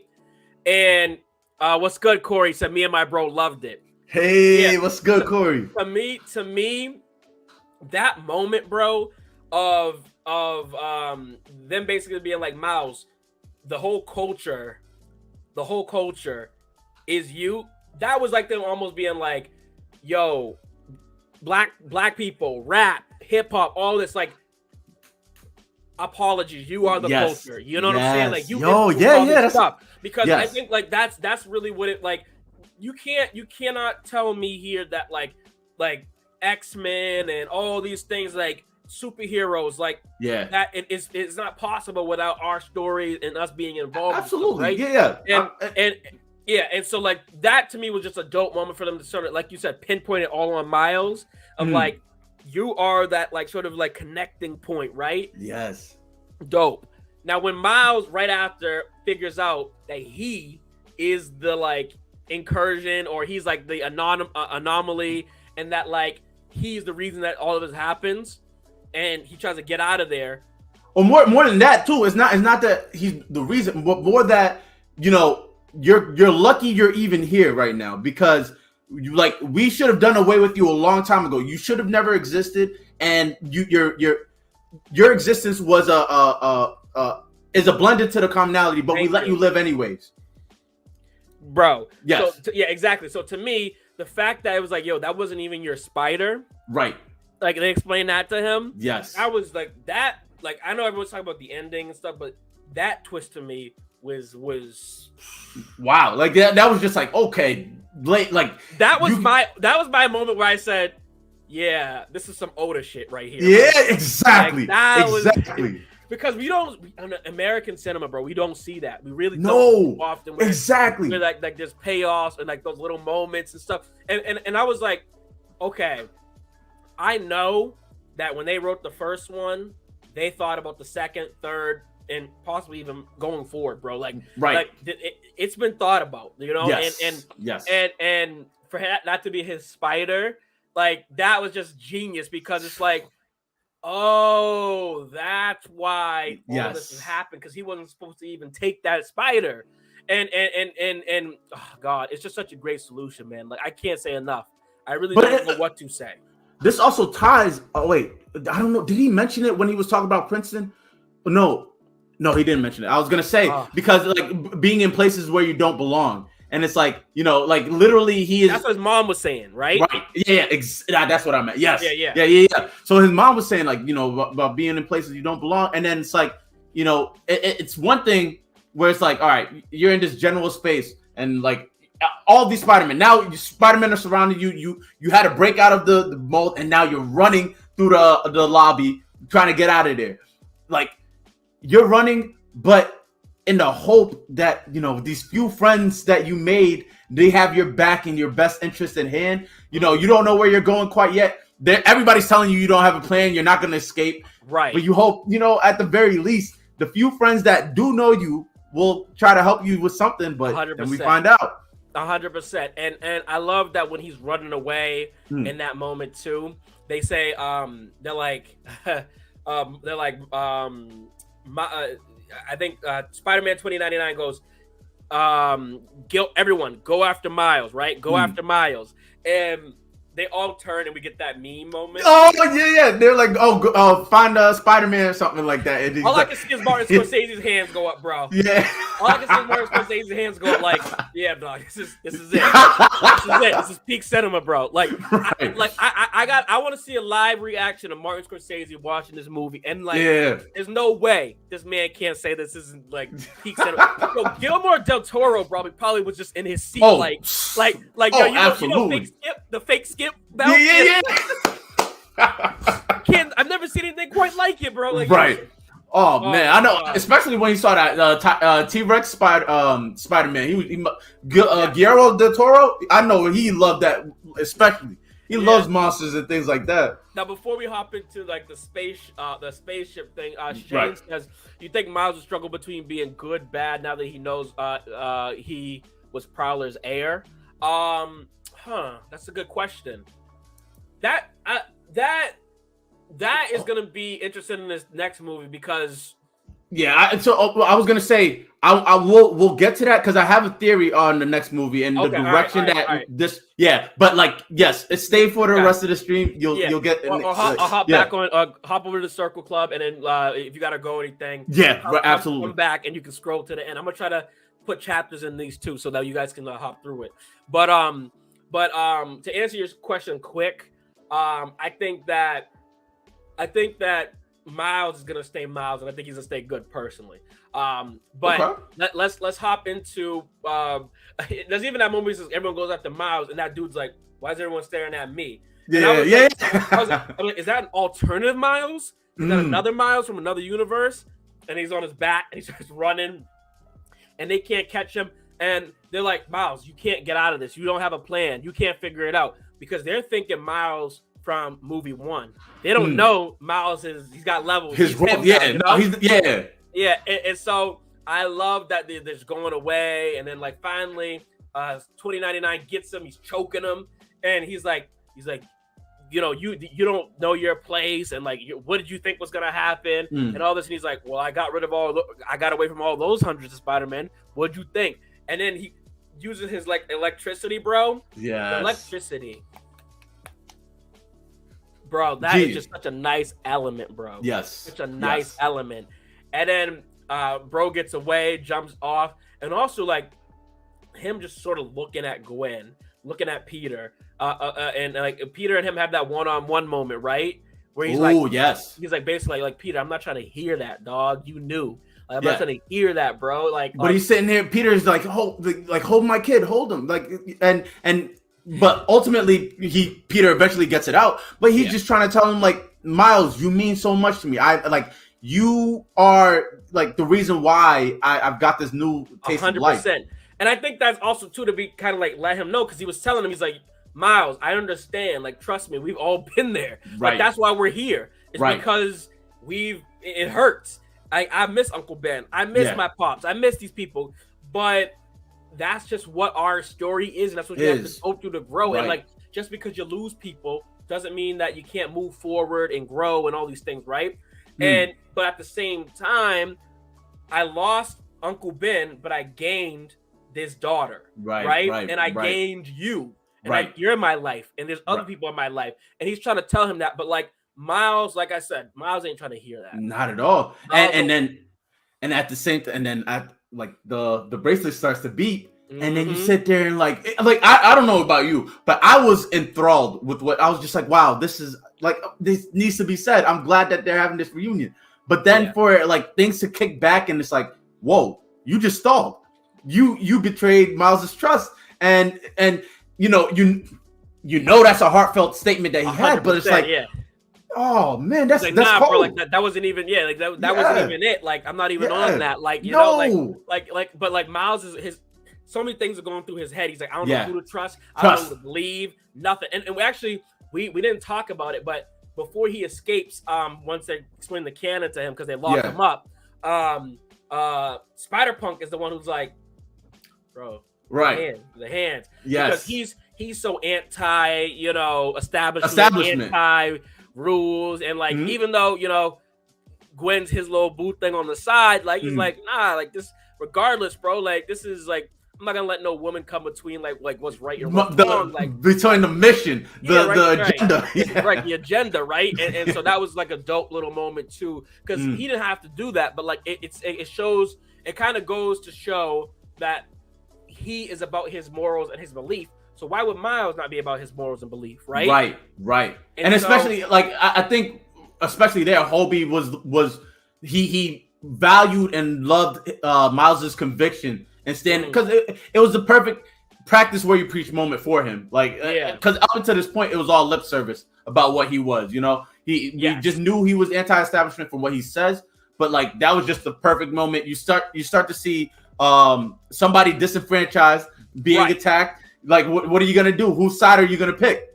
And to me, it's like, it doesn't really matter if that's your lover or whoever else. It's like, yo, if you're about that, like you say, you're about that, then you got to be about it. You can't pretend. You can't pretend, and like, so I thought that was a huge moment. So Miles eventually escapes. by going back to the lobby, sort of place where they were with the VR version. He's invisible. No one can see him. He's hiding. And we know, because we saw before how they have this sort of machine that can send you back to your universe. Like once they catch these anomalies, they send them back to their universe with this machine, right? It's like some spider sort of device. Now, Miles clicks it, sets it up, it starts booting up, and he puts himself in it so that the machine starts like reading his DNA, his spider DNA, gets ready to send him. Now, this is the one thing that I was a little bit critical, not huge. Okay. Or maybe I missed, was why did the girl let him go? So this is what I was mentioning before about the spider sense. So I just saw it visually. They had like a sense go off. And no other spider, like Miles had interactions with other Spider-Men. He didn't have the spider sense go off for anybody else. So I don't know if that was their way of kind of like establishing that they had some sort of individual connection. Yeah. But that was the only thing I could come up with, because I thought the same exact thing. I was what reason would she have, especially as a VR? Yeah, and it wasn't, and to me, it didn't like completely take away. And it might be just one of those things like, yeah, this just needed to happen, right, for the story purposes and all that. But like, you know, I'm thinking like, what was her motivation? Like, I'm just curious, you know, like as a viewer, going through the experience of like, why would she do that? What was her motivation? And to your point, like maybe like that does come back around at some point. I don't know, but I wanted to know like what was her motivation? If anyone knows, comment down below. Let us know, because that was definitely something that I was just like, man, like what motivated her to do that? I'm glad that she did. Right, exactly. And then you want to get into like basically like the finale. The finale there, man. Oh, like, jeez. So I didn't see that. Okay, I did not see that coming at all. Not at all. The fact that like Miles ends up getting But before this, let's talk. All right, so he's going into the he's getting blasted into his dimension. The dimension, right? And so in that meantime, he gets an interference with Spot. And Spot is like bringing hallucinations in. So now we're seeing his power is ridiculous. He's able to infect minds and like in this interdimensional space. And then as he's, because at this point, 2099 is on the hunt, and he's got his crew chasing him, and they are on an all interdimensional chase. Yes. And Miles is just running for all, like swinging for his life, swinging through, and then you can see all the past adversity in the background as he's trying to like just swing away visually. So beautiful. Then he finally, And one thing too, because we forgot to mention was, so right before Miles is like shipped back to these different places, Spider-Man 2099 is like trying to break through as much as he can to get Miles out of there, and Miles is like, nah, like that ain't happening. But we also we didn't mention either that Spot had Spot and him have this sort of like connection or vision where he can see that his father is going to die. Yes. Right? And like he knows what that moment is, so he knows what to look out for. So like, you see that, bro. You see that? It's just impossible to turn around. Exactly. Like, and that's why like them asking him to do that was so crazy. And I think Gwen, that was probably why she didn't mention it either, because she knew Miles is not going to do that. Miles is not following these rules. Right. Miles is not about that. Like, you know what I'm saying? And especially to think about like dropping some bomb like that at any moment. It's like what you don't know how somebody would react, and it's kind of like, how can you react? Yeah, exactly. And it's like what might he have done if it wasn't at where he was at that moment, you know? So yes, exactly. And so Miles gets into his universe. He's kind of coming back home. And like we see his mom there, and like this is kind of his moment. I'm like, oh my god, is he gonna tell his mom? He's gonna tell his mom that he's Spider-Man. And as that's going on, we got Gwen, we got Issa Rae's Spider-Woman, we got Spider-Man 2099, we got all these different Spider-Men or Spider people trying to hunt for him. So they're back in Miles' universe, and they're looking for him. They're surveying his house. They're surveying his father, all this stuff. And we see Gwen just waiting outside the door as Miles is giving this speech to his mom. He goes, she's sitting right by the window. Yup. Yeah, right by the window listening, and Miles is just like, Mom, I don't want you to like look at me differently. I don't want you to be mad at me. He's trying to like basically set it all up because he's seen, right? Yes. He's seen how everyone else's mom basically reacted to what they were telling, right? And it didn't go well. And he finally tells her, and she's laughing, like, "What are you talking about? Is that some superhero or something?" Right? Yeah. What are you saying, man? Like, what are you talking about? What was your reaction to that? Because I was sitting there like, "What the fuck? What?" Like, right. I was because I'm pretty good at like predicting and seeing how these things. Yeah. Nothing. Not at all. All I was thinking was like, wait, is she not gonna take it seriously? And then joke about it dying, or the father's gonna end up dying because they didn't take it seriously, and like that sort of is still his like incursion or whatever. Like, yeah, I was thinking it was like she would possibly like it. Because I haven't seen the first movie in a while, so I was like, maybe there was a possibility that she just missed Spider-Man all this time, and like it was just a dad interacting with Spider. Like that was the only thing. I was like, what? There's no way. But no, there's no way, right? Because the husband is like always talking about working with Spider-Man, like, right? There's no way, and like they're a close family. Like he definitely would have told. So like, yeah, that couldn't have been a possibility. And then it couldn't. And then so like when he shows like the costume, I'm like, okay. Maybe she just sort of like has like shock, like there's no way. And I'm like, Miles, like, and then he does the thing, but she's like, like imagine, right? Like because it's not coming out of him like Tobey Maguire's, right? Yeah. So she's like, what is this, like a toy or some sort of thing? Like, are you cosplaying? Like, what is this? And he's like, and then he mentions like Fan Expo or Comic Con. And yeah. It's like, I have no idea what that even is. Like, they don't got Comic Con in his universe. And then we see Gwen go up into the room, and I'm like, wait, where is he? Like, I'm like, did Spider-Man 29 already get him? Did Spot get him? Is she too late? And she's like, oh shoot, yes, he's not in the right universe. And then everything just clicked. I'm like, because he got bit by the wrong spider. And so when they scanned him, they scanned it for the spider, like whatever the venom or DNA, spider DNA was in him, and that's the universe he was sent to. To me, that was that moment where I was like, this movie jumped from 3 to 1. Yeah, that was 1 for me. I was like, that was 1. I was like, I need to get home. Yeah. And just, I have to catch up to One Piece. I have to. Yeah. Because I miss it. I heard that Oda's got an hour coming episode. Oh, bro. And if you go week by week, you are gonna feel something like you've never seen. Like the episode they're dropping today, from today till then, it's gonna be build up. Bro, Corey, Unreal Twist, yes, bro. I had no idea that his the DNA, that spider, bro, like that shit that would affect it like that, bro. It was crazy. And then he gets to see Uncle Aaron walk in, and he's like shell shocked, like, wait, what? And I'm sitting there like, what is going on? Oh, because man, we start to realize what's going on. Yeah, he's like in real time. He hugged him. He's like, I haven't seen you in so long. It's so passionate. And he's like, and then. But Uncle Aaron's like kind of being a little bit cold, like, yo, you ready for that mission, bro? You got that low? Yeah. You know what I'm saying? And I'm like, uh-oh. That's when I knew that Miles was bad, because I was like, oh, shoot. Pops ain't there. Aaron is alive. Yes. And I'm like, if he went to this universe. There's no Spider-Man. No Spider-Man. Where's Miles? Right. Where's Miles? Right? Because Mom said, she's like, Miles, you cosplaying, what's going on? So I'm like, where is Miles? He said, Corey, the music was to tell the whole time. So dark, bro. I'm sitting there like, it was so menacing. I'm sitting there like I was getting goosebumps. Goosebumps, man.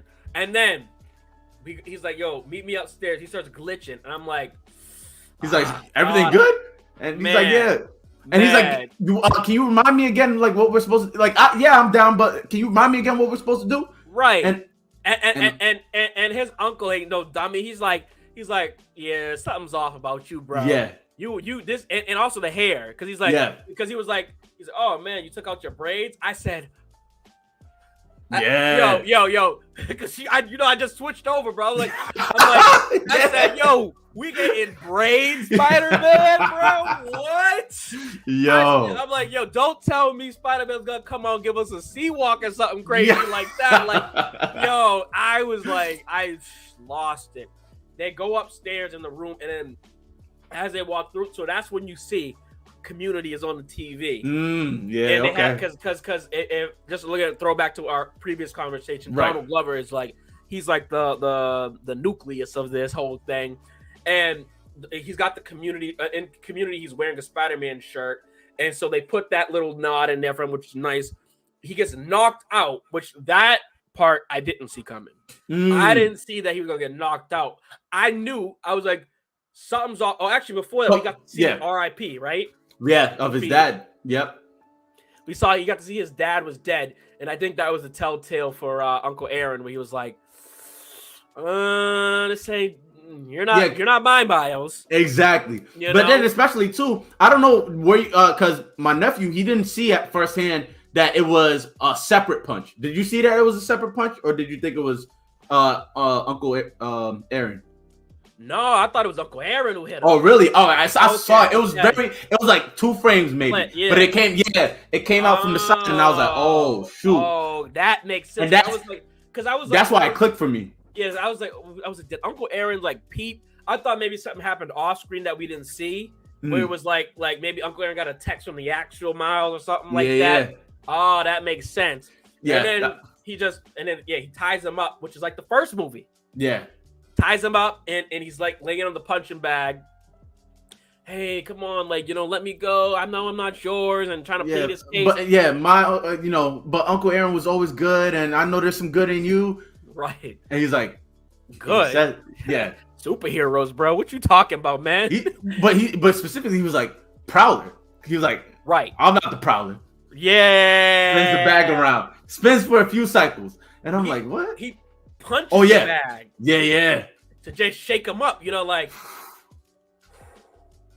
and you're sitting there, and then that medicine music comes in, and it was like Killmonger, bro. You just like, oh boy, what is about to go on, dog? As Corey said, man, the music was the underlying dark tone was it hit, bro. It hit so bad. Like I was sitting there, like, and then all of a sudden, the final reveal, yo. It was Miles. We get Morales in the house. Miles Morales. Which in such few words was so monumental. Like such few words, they took some time to focus on their visual, but that was just one. You can hear he sounds different. That to me, right? Just the accent, bro. I mean, I'm like. Can we get much higher? So high. Yeah. Bro, it just like I was like, man, no notes. You know what I'm saying? Like, yes. Like we reached the point in this movie where I said no notes. No. The little ticky tack thing we talked about, right? Spider-Man 2099's origin story. Yeah. The VR Spider-Man. The VR. Like, what was motivating her to do that? Those are the little. I'm like. Don't even care. Out the window. Out the window. Yeah. Corey, did we notice the accent on Bad Miles? Yes, sir. Yeah. Yes. And that absolutely. was the telltale, big, huge sign. Is that accent? It was so fire in the braids, bro. The braids, bro. Man. All right. So I need to. Wait. Yes, because he doesn't have his dad, so he has heavy influence of his mom. Exactly. Yes. Yes. Yes. And that was the key telltale a part of the whole thing. And then you see Gwen and all of them sort of almost give up on the chase, like maybe it didn't work out, maybe they sent them the wrong place. Which if you're Spider-Man 2099 in this sort of like this hunt group, right? You're like, well, he's not here. Yeah. All we got to do is really scope the place out for 2 days and we're good, right? So exactly. So they're not really in investigating mode or nothing. But Spider-Man's girl got him. And she's like, something's got to be done about this. Now, what was your Oh, yeah. go ahead. Before we even dive this, we because we talked about it briefly with Gwen in the beginning, but we didn't talk about the second comeback of Gwen, of going back to the universe and then taking on this new like identity of like, we're gonna save it. I'm Team Miles all the way. But you know, she reunites with her dad, and you know, and this is, you know, it's an awkward interaction, anger, but then she finds out her dad quit the force, and she embraced him. And I was wondering, I was like, was Gwen's dad avoiding another like Spider-Man track? You know, I don't know. I was just thinking maybe I was thinking too much about the fact that, all right, Miles already lost Uncle Aaron, right? Yeah, right. Theoretically, that loss maybe should have been it. But the fact that he was going to lose his dad made me think maybe Peter Parker dying in Gwen's universe wasn't her actual Spider-Man. Maybe it was her dad, like her as a police. Moment. Her canon moment. Okay, So by quitting the force, it was like her dodging that bullet.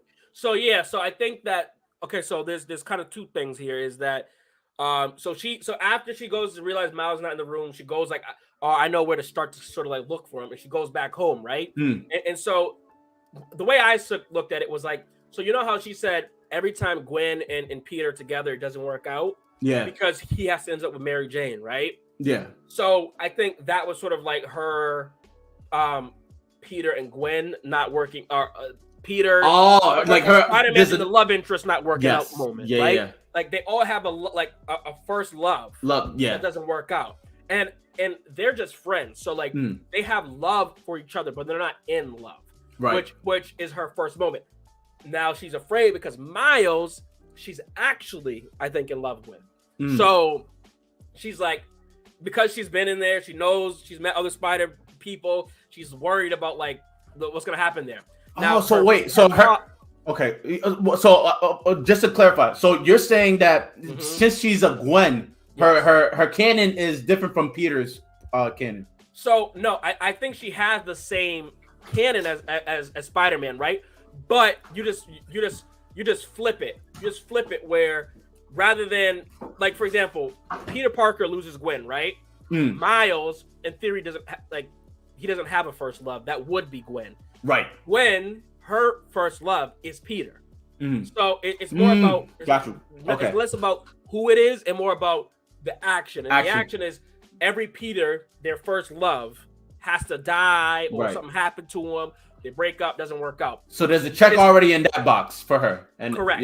But she hasn't had her Uncle Ben moment, which is your mentor, your influence, your hero, right? Which is a familial person. An uncle, an aunt, like all that has to die. That's what happens for all of them. And so that's what's supposed to happen for her with her pops, which is why she doesn't want to go back to the universe, because she knows at some point that moment has to happen, and she's there. So it's almost like I'd rather not even be in the universe at all than experience that, which is why they threaten her, like, we're going to send you back home. We're going to send you back home. Right. It's messed up. Like, you're going to send her back home to see her father die. That never clicked for me. Yeah, okay, so wow. So that's what it really is. Thanks for liking, Marquise. What's up, bro? Hey. But so that's what that is. But to your point, this is such a beautiful, heartfelt moment between these two. Her father and between a father and daughter. She's like, look, I want to be like you. That's why this is my badge, right? You know, this is my moment. She tries to open up the drum kit. Nothing's in there. She's got her little she got her little photo of her and Miles, right? Oh, right, yeah. But that Pops has on the coffee table.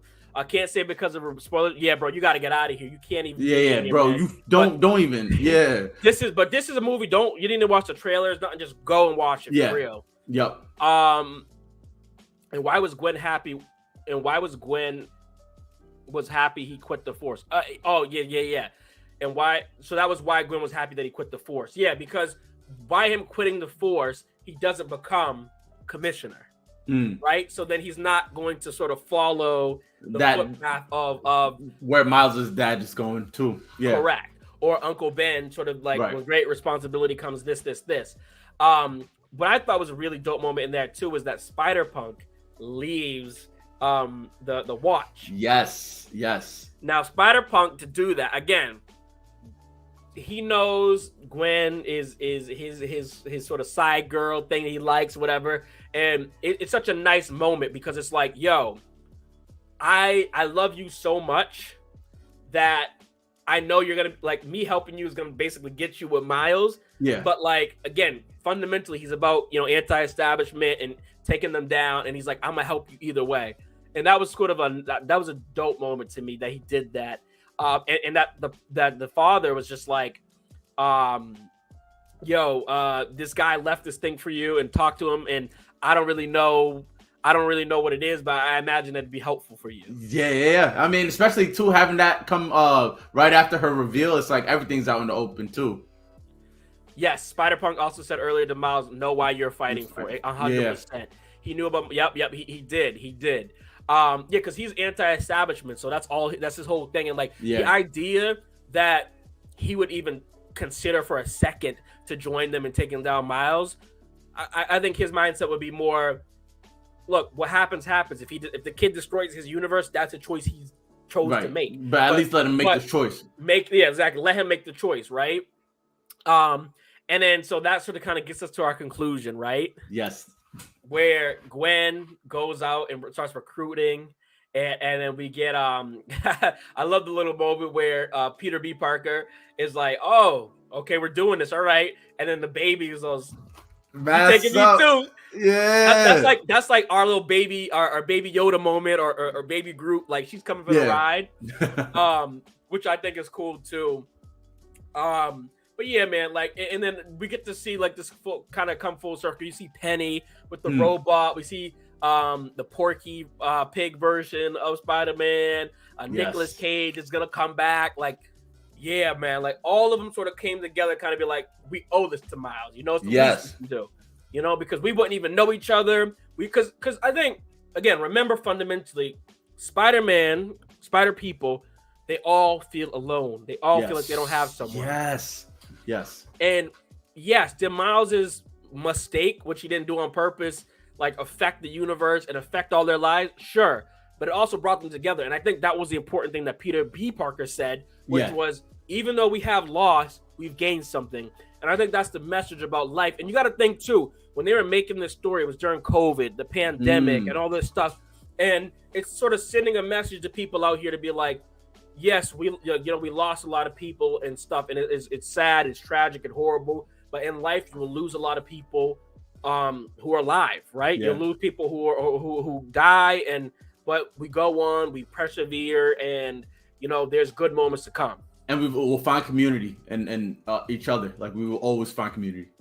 Beautiful, bro. Yeah. Just and then to just send us off, boom, done. Like, bro. I could tear up right now because, like, yo, I thought I was in Cannes the way that motherfucker was loud, yo. Like, people was. I'm glad, yo, man. Standing up, like, yo, there's people like, they were like, come on. Like, yo, they were like. That was me in the theater, yo. I was trying to get people clapping, man. No exaggeration. 2-minute clap for this movie in a movie theater, bro. Yeah. Where there's no actors, there's no directors. Right. I'm like, yeah. Okay. Yeah. Okay. I would have been mad if it lasted 2 minutes, because that the credit scene there, that thing was beautiful. I loved that so much. But before we go there, I want to say this theory. I don't know where should I say this theory, because this theory it might be a little discussion. But let's talk about it. Let's talk. I'll say. So all right. So we've broken down scene by scene this whole scene movie. by scene. Yep. Thank you if you stuck around for this, man, or if that's what you enjoy. Like, we love to do this thing. Make sure you subscribe. Make sure you check out Jet's channel too, man, and TikTok and all that. Links are down below. Yes. But let's talk about the next movie. And Corey, I know you're here, bro. Let me hear, man. Let me hear. My bro, the biggest critic of movies, doesn't get hype, and he said I need to tell everyone about this movie. Absolutely. Absolutely, man. My girlfriend watched this movie with me, and she goes, man, I really like. She's like, I don't not like the Marvel movies, but like, she was like, I felt like this was just like fresh It felt like something that anyone could enjoy. Right.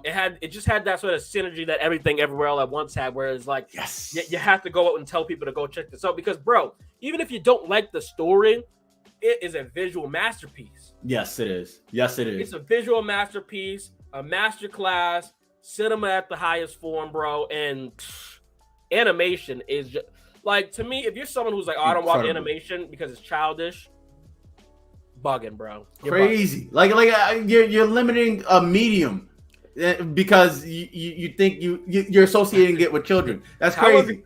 I won't go that far, Corey. He's just Sony saving Disney now. What I will say is this: Sony maybe they figured out how to do animation. Their live action is they gotta work on that. But yeah. But they got animation down. But you know what I was thinking? I was like, I know that like Disney's probably like, you know, the classic Malcolm X scene. Denzel Washington goes, bam, and hits a table. Yeah. I'm like, I know that's how Kevin Feige in the field over there. Like, bro, why couldn't we get Miles? Yeah. And I think, man, like that's the thing is that like Miles is sort of like a lesson to corporate America and to like entertainment and stuff. Is like, yo, bro, we love Spider-Man. We're black, right? And we love Spider-Man. Yep. Why can't white people also like a black character? Like it's right. Who told you guys that, bro?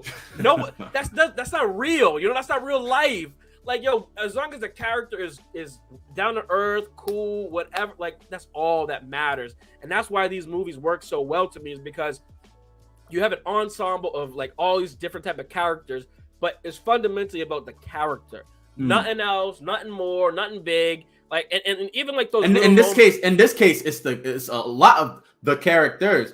I mean, we touched upon it, but like, you know, the Spider-Punk is like British teen spirit to the fullest experience. Yes. Indian Spider-Man is like Indian teen spirit to the full. Like the fundamental aspects of Spider-Man was shown through these characters, where you can relate from all across the globe because you share these feelings. Yeah, that's why Corey and I loved Miss Marvel, because like it's set in India. You get to see this family, and like they really show the culture and all that. And honestly, like, yo, even if you want to get political with the movie, whatever, like I'm fine, because that's what these, like I said before, that was Stan Lee's intention with X-Men and all these things, is to like let a message be sent of like, yo, just because we're different doesn't mean we're not the same. And like that, like the government or big control or corporations, like they want to split us up to make us think that we're not the same people, you know, and that we don't have like commonalities. And I think that's what they do so well in this. But what I was gonna say was, yeah, man, like they just, to me, the fundamental who the characters are, it's just even in subtle moments, like, yo, you see Miles when he's sitting with the counselor, he has a little BLM sticker, like. It's to show, yeah, you could be for Black Lives Matter and have a cop dad. Like, you know what I'm saying? Yeah, like, exactly.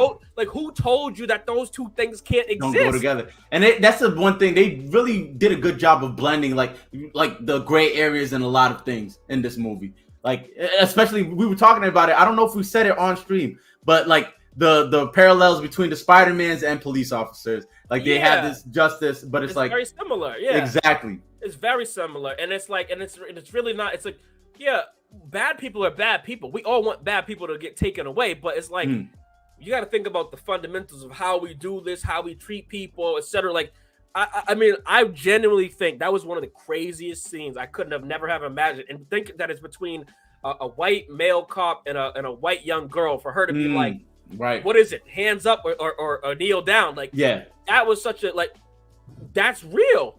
That's real. But interestingly enough, maybe that the point of it was to kind of like put a different face to that same situation, you know, like to intentionally, like, you know, just show, okay, like if you were in the shoes, if you're a 100%. White girl sitting at this theater, you seeing this, like that's a real situation that happens a lot of times for Black people. Yeah, 100%. But let's jump into this third movie. Okay. Yes. What are some of your theories, some of your ideas, some things that you got going on, Corey? If you're still here, I would love to get your thoughts on that too. Matt, I don't know if you're here. I saw you pop at one point, but yeah, man, give me some ideas, some theories, whatever. Okay, so I don't like how you guys keep calling him Bad Miles. I think that's very disingenuous. Yeah. I think what is going on is, all right, we take the scenario from the first movie, right? that means Kingpin is still alive. I think perhaps Kingpin had to do with the death of Miles' father, and Miles assumed the role as Prowler in order to get revenge for the death of his father. That's talk that talk. Yeah, you know, hey, bro, yeah, I'm telling you, this is years of One Piece like theory built into it. Yes, I'm telling you, bro. Yeah, bro. Give them the One Piece speech. I'll tell you, dog. Listen, Bible, bro. I look, you know, when you look, yeah, because you're pulled through the emotion at the ending. So you can't really sit and think whether or not who's good or bad because the music's menacing. The situation is dire. But you, bro. Yes, exactly. But I don't think, you know, how we felt is actually what's going on for everybody. Everybody's just confused.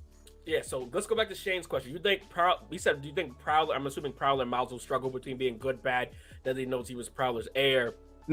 Or maybe he just meant the other Miles.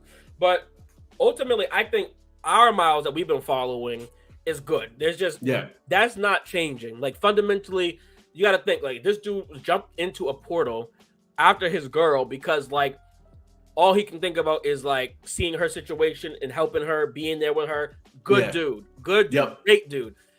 He doesn't care that he even leaves the same woman and crew and his mentor and all his friends, despite him feeling alone other than Ned, right?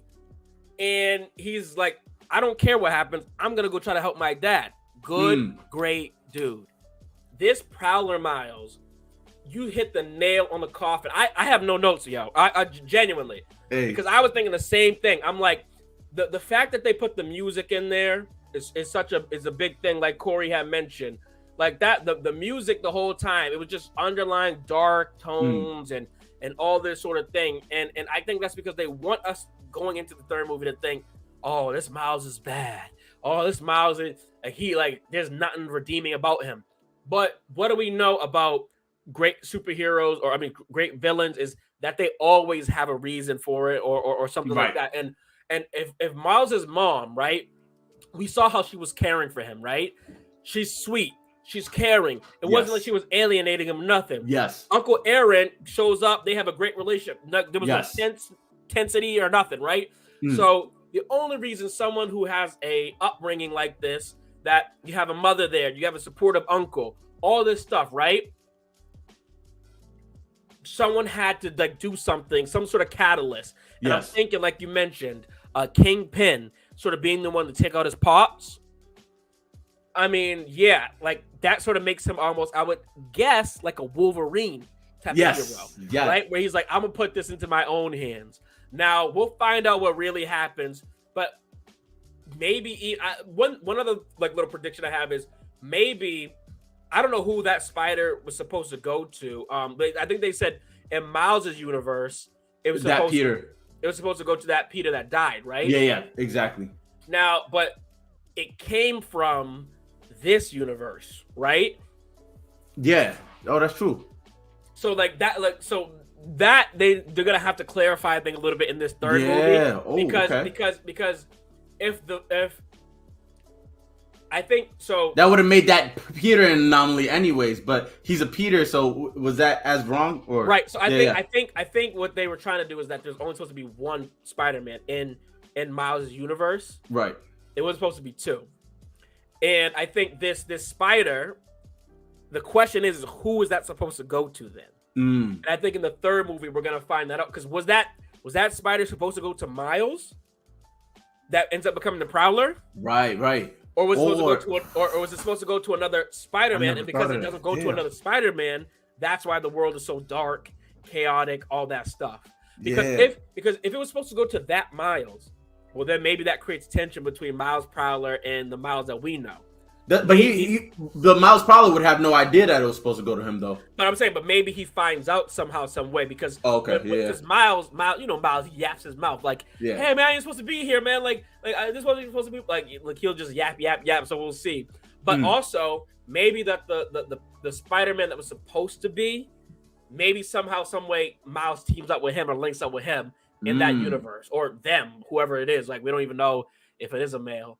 But so that's my prediction. We definitely got to explore that. Spider-Man 2099 is definitely a bad guy. Foreshadowing with him basically ready to bite. Yeah. He's definitely gonna be.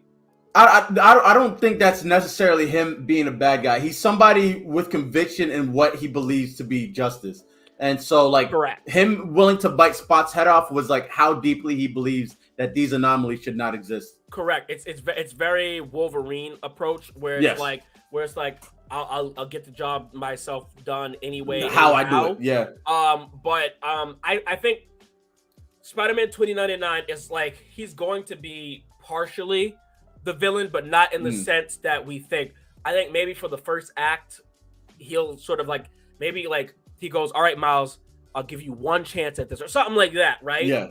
Because you got to remember, Spot is OD right now. Yeah. Spot is OD. He's jumping from universe to universe, like doing all this kind of craziness. You know what I'm saying? Corey says, was it supposed to go to someone? They didn't answer if it was Miles, Peter. Yeah, exactly.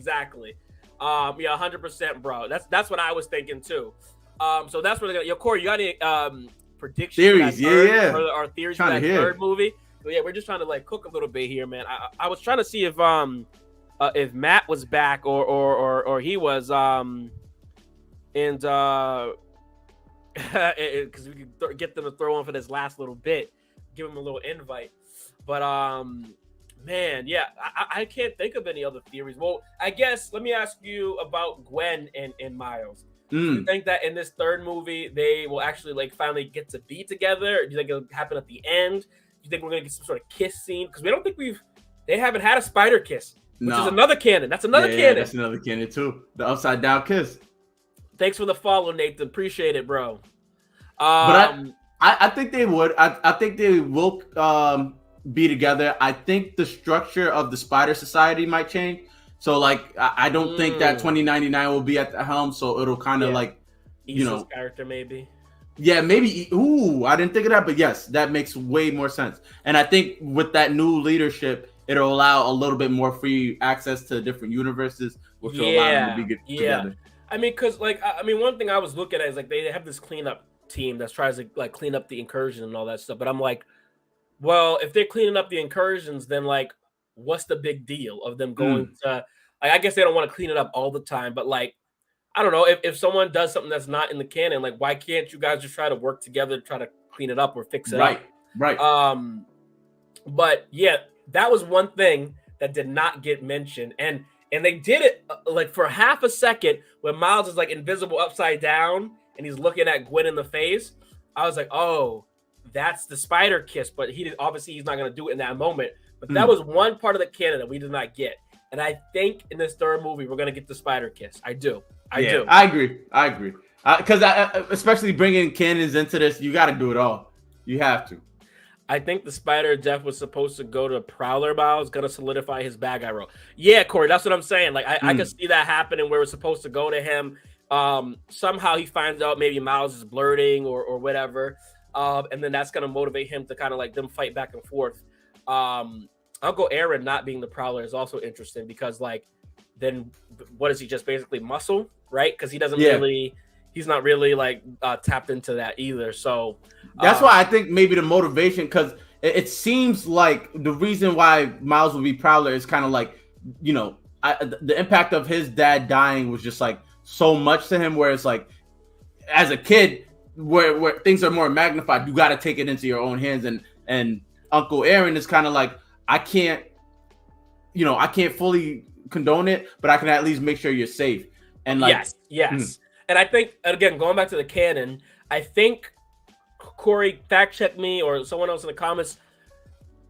We saw how in Spider-Man 3 with Tobey Maguire, he kind of has that like dark version of himself. Yeah. Where he's like, he could have gone good or bad or whatever. I think that's something that a lot of superheroes go through as well. That could be potentially canon, where it's like, if even the third what's it called? Tom Holland. Yeah. It's like this is something that a lot of superheroes go through, where it's like either depending on how you or who your influence is, the people you have around you and stuff, like you could end up becoming very good or very bad or something happening there. And so maybe this version of Miles sort of like has like a wake up call or something.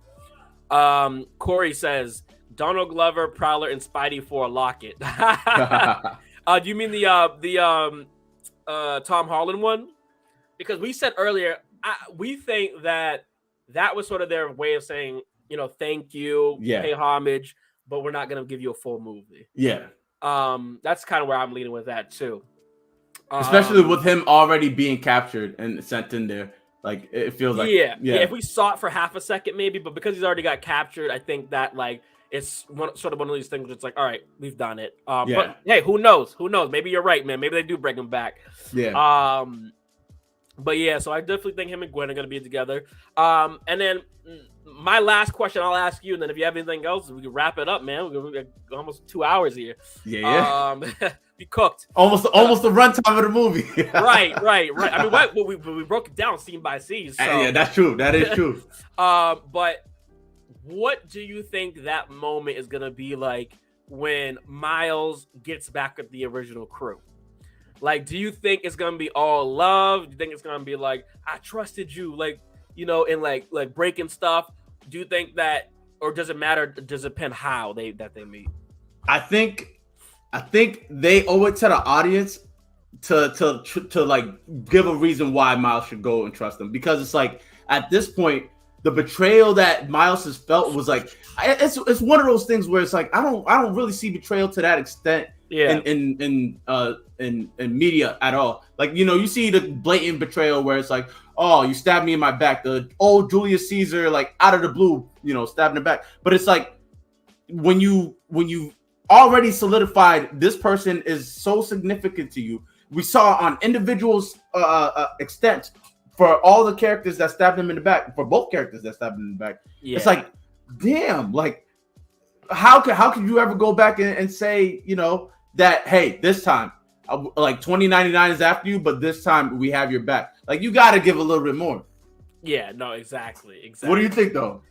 No, yeah, I agree. I think that I think overall that, like,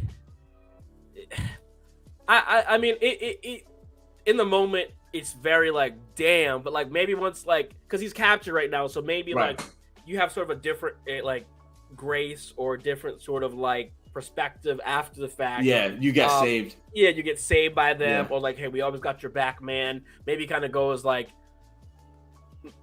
personally, I would kind of like it if he kind of forgave everyone but Gwen. Ooh. To create some tension, because behind the scenes, like it's like it makes sense that you want to have like this moment of like, yo, my friends betrayed me, my parents sort of betrayed me, but the person I love, like, we're a pair. Yeah, we're supposed to be like through thick and thin, through everything. Like, you can't do that to me. Yes. You know?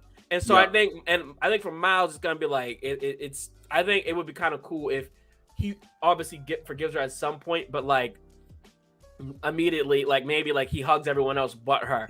Yeah. I like that too. And maybe like even there's a moment of tension between the two where like everyone else is surrounding them, just like, Miles, man, like she had no choice. Yeah, like, especially if it's like the Indian Spider-Man coming in and like, helping out with the situation. Yeah, but I'm like, imagine he's like imagine like Peter B is like, hey man, like Miles, she had no choice, and then he says something like an Uncle Ben type line where it's like with everyone's got a choice and with great responsibility, or like whatever the line is, like with great power comes great responsibility. Exactly, something like that. Like to have Miles spit the cannon at them would be fire. Like if he says that. But you know what too? You know what that line brings? Death. Like whoever says it, that's so I hope he doesn't say it. Miles ends up offing his friends by saying the line.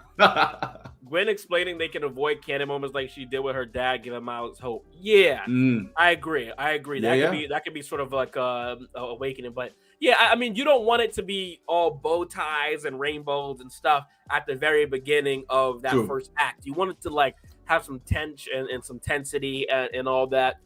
I do think that Issa Rae's version of Spider-Woman, I do think that she's going to flip. I do think that she will be good because, it's like we said with black women or queen or king and all that. Like they like it, and obviously Gwen looks up to her and like idolizes her, and so I think like I could see that could be a flip there.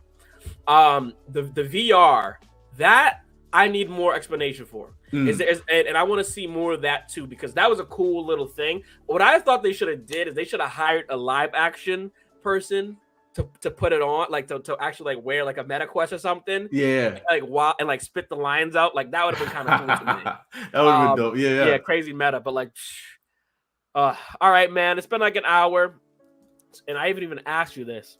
Give me like maybe your 2 or 3 like favorite Spider-Man that you saw, or just like illustrations or anything like that. Spider-Punk is top because they kept the animation on him the entire time. I thought they were gonna let up because they once they showed his face, it was kind of like, all right, now he's part of the crew, but they kept that like newspapery look on him, and I loved it so much. And then I guess like second would have to be the Indian Spider-Man because of that introduction.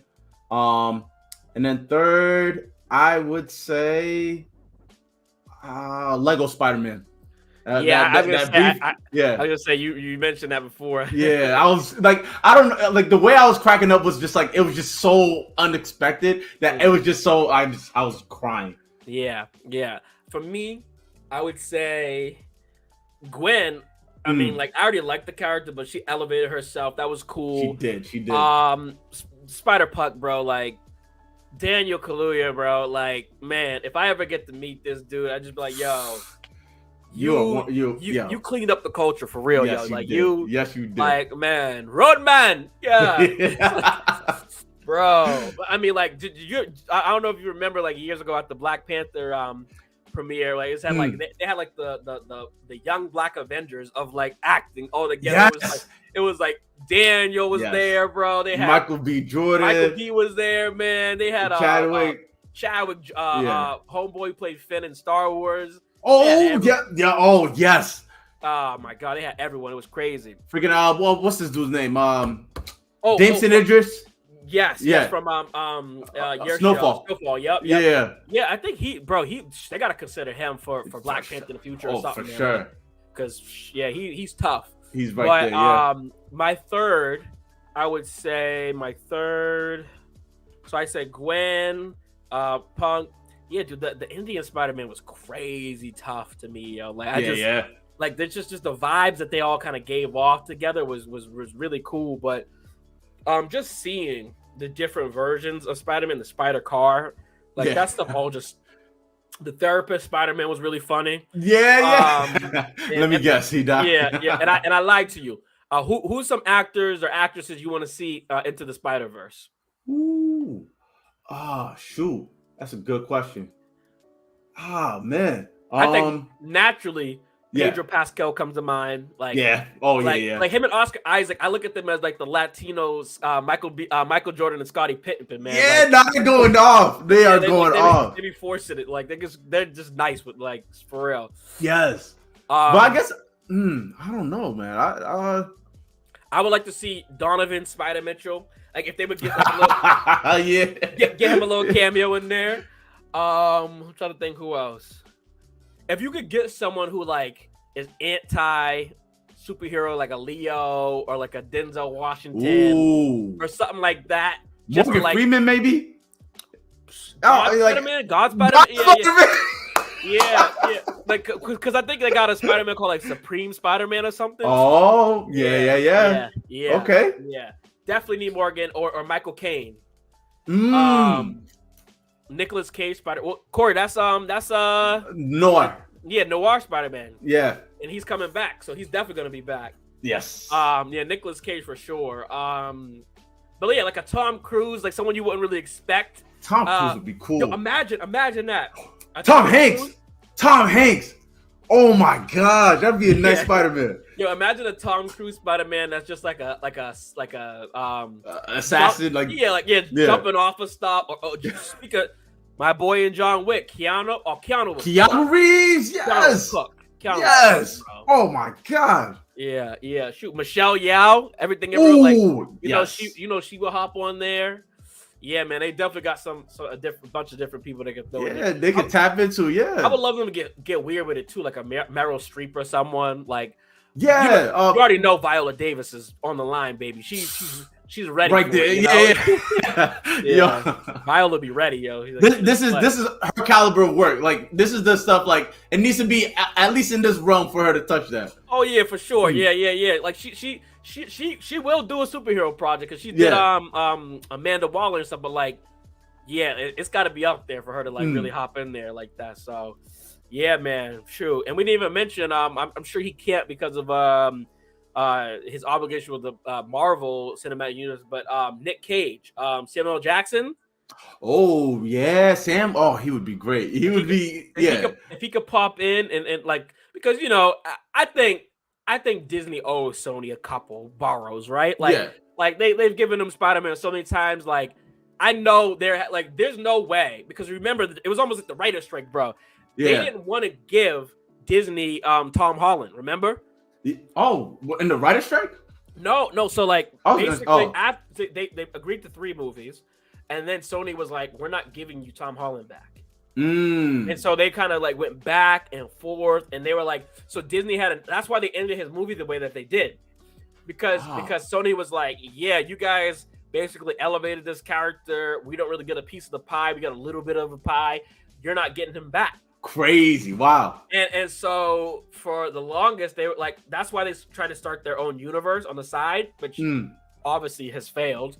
But they got Sydney Sweeney out there, you know, they could have her in something with a skimpy thing and they'll be back on action because I really show up. But yeah, so they weren't gonna give him, and then they found some ground. And Disney will never say it. Probably had to be one of those situations where they made Disney feel like they won. But I imagine that they were like, if we give you Tom Holland, you got to give us. Yeah, first round draft pick, something like that.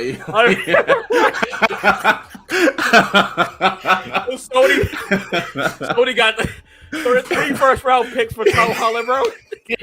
Oh my god, yo. Yeah.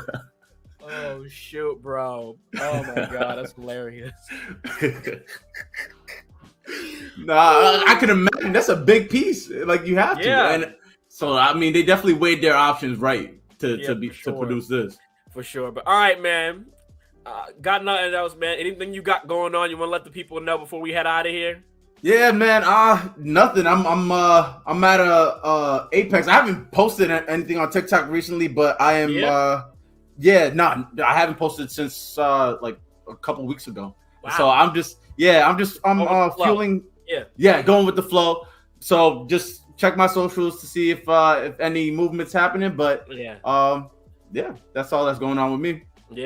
Yeah, and I currently, man, I think I got my what are we in June now? Yeah. So I should have my video up soon for my like June top movies I watch or anticipated movies for July to check out, stuff like that. Other than that, I know tomorrow The Idol comes out, The Weeknd, and that's been so controversial. I got to take a look at episode 1, get a pulse on it. Where's that streaming on? HBO Max. Okay. So yeah, right. Max. So, right? Yeah. Yeah. No, I'm not calling it that. Crazy, bro. Max, literally, dog. Like, that's what I'm saying. I'm like, what am I calling Max? Yo, I've never seen a company who has such a beautiful IP. Somebody lost a bet somewhere. I think somebody lost a bet somewhere, and it's just like this is what this is. I used to go into HBO Max. You can go to the left. You would see Studio Ghibli on the left. You would get to see DC, whatever. Have you been on HBO Max recently, bro? No. Forget about it, yo. I saw the video you had, the hellish the questions that they have you do, the hoops that they have you jump. Bro, I'm like, nah. The security questions was wild. I was like, yo, this is some Fed shit for real. Like, this is like they were like, yo, what is 2 times 2 to the 3rd power? And then once you answer it, draw it out, but draw it back. Like, yo, they're going crazy with this. Yeah. It's horrific. But yeah, man. So we'll be around. I'm gonna be caught up with One Piece. Assuming in a month's time. I'm thinking. I'm only we'll have to do something special for that because like the build up to that is gonna be monumental. We'll do something special for that. Man, I'm at like episode 917, so I got about like 200 episodes I gotta catch up on or something. I think you got 100. Really? You got 100. You got 160 episodes. Yeah, you right there. Dang. Okay. Because see, I was nervous. There. I'm like, because bro, you remember how I started? I was like, fume, and then like, I got into Wano, and Wano's peak, bro. Yes. But I just have not had the time to really, and I'm like, I'm gonna spend some time and get back with my One Piece family. And listen, folks, I cannot stress enough. If you like the Spider-Verse is like that's a Monday morning for Oda, bro. Like yes. Monday morning, like yo, like, come on. Like, that's a regular arc for him. Like this trilogy is a regular arc. That's one arc. That's a regular arc for him, man. Bro, I was sitting in the theater just going, oh my god, they're about to pull out some Oda shit here, aren't they? Yes. Aren't they? Yeah, and like, so I mean, we can't stress enough how you got to watch One Piece, man. If you watch One Piece, listen, it's like a Krabby Patty. Like, everyone say they don't like it until they eat it, right? Mm-hmm. And like, listen, I'll even put a disclaimer. Watch the first 5 episodes of One Piece. Because they're so short, so bite-sized, man. That's like what? How much of your time? 20, 40, 60, hour and a half max. Mm-hmm. Max to get through 5 episodes. And you'll be like, I need more. Yes. I need more. Corey says, where is it on? You can watch it, I think, on Netflix. But they had the first, it goes up to a certain point. Yeah, and then you got to switch over to Crunchyroll. Bro, I cannot stress enough. Do not watch this in English. Yeah. I cannot stress enough. Do not watch this in English. My homie Felipe, bro. Big anime guy, and he loves the English voice actor for Luffy. And honestly, that dude is a legend. It takes some getting used to, yeah.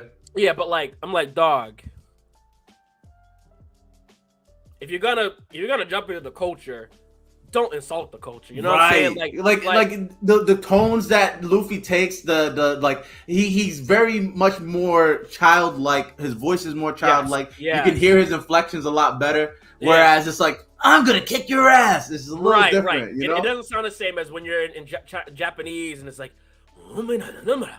you're like, whoa, like it sounds much more like young adult or adult, I would say, than like the other one. Like, yeah, man, and it's like the swearing and all that too is different. So definitely go watch that. Let us know what you think. But all right, that's gonna do it. We're out. Thank you for sticking around, Corey, bro. Yes. Appreciate you for hopping in at the last minute there. Definitely appreciate that for sure. Y'all know where to find us, and you know what we always say here. Just be you. Just be you. Peace. Have a good one, everyone. Peace. We out.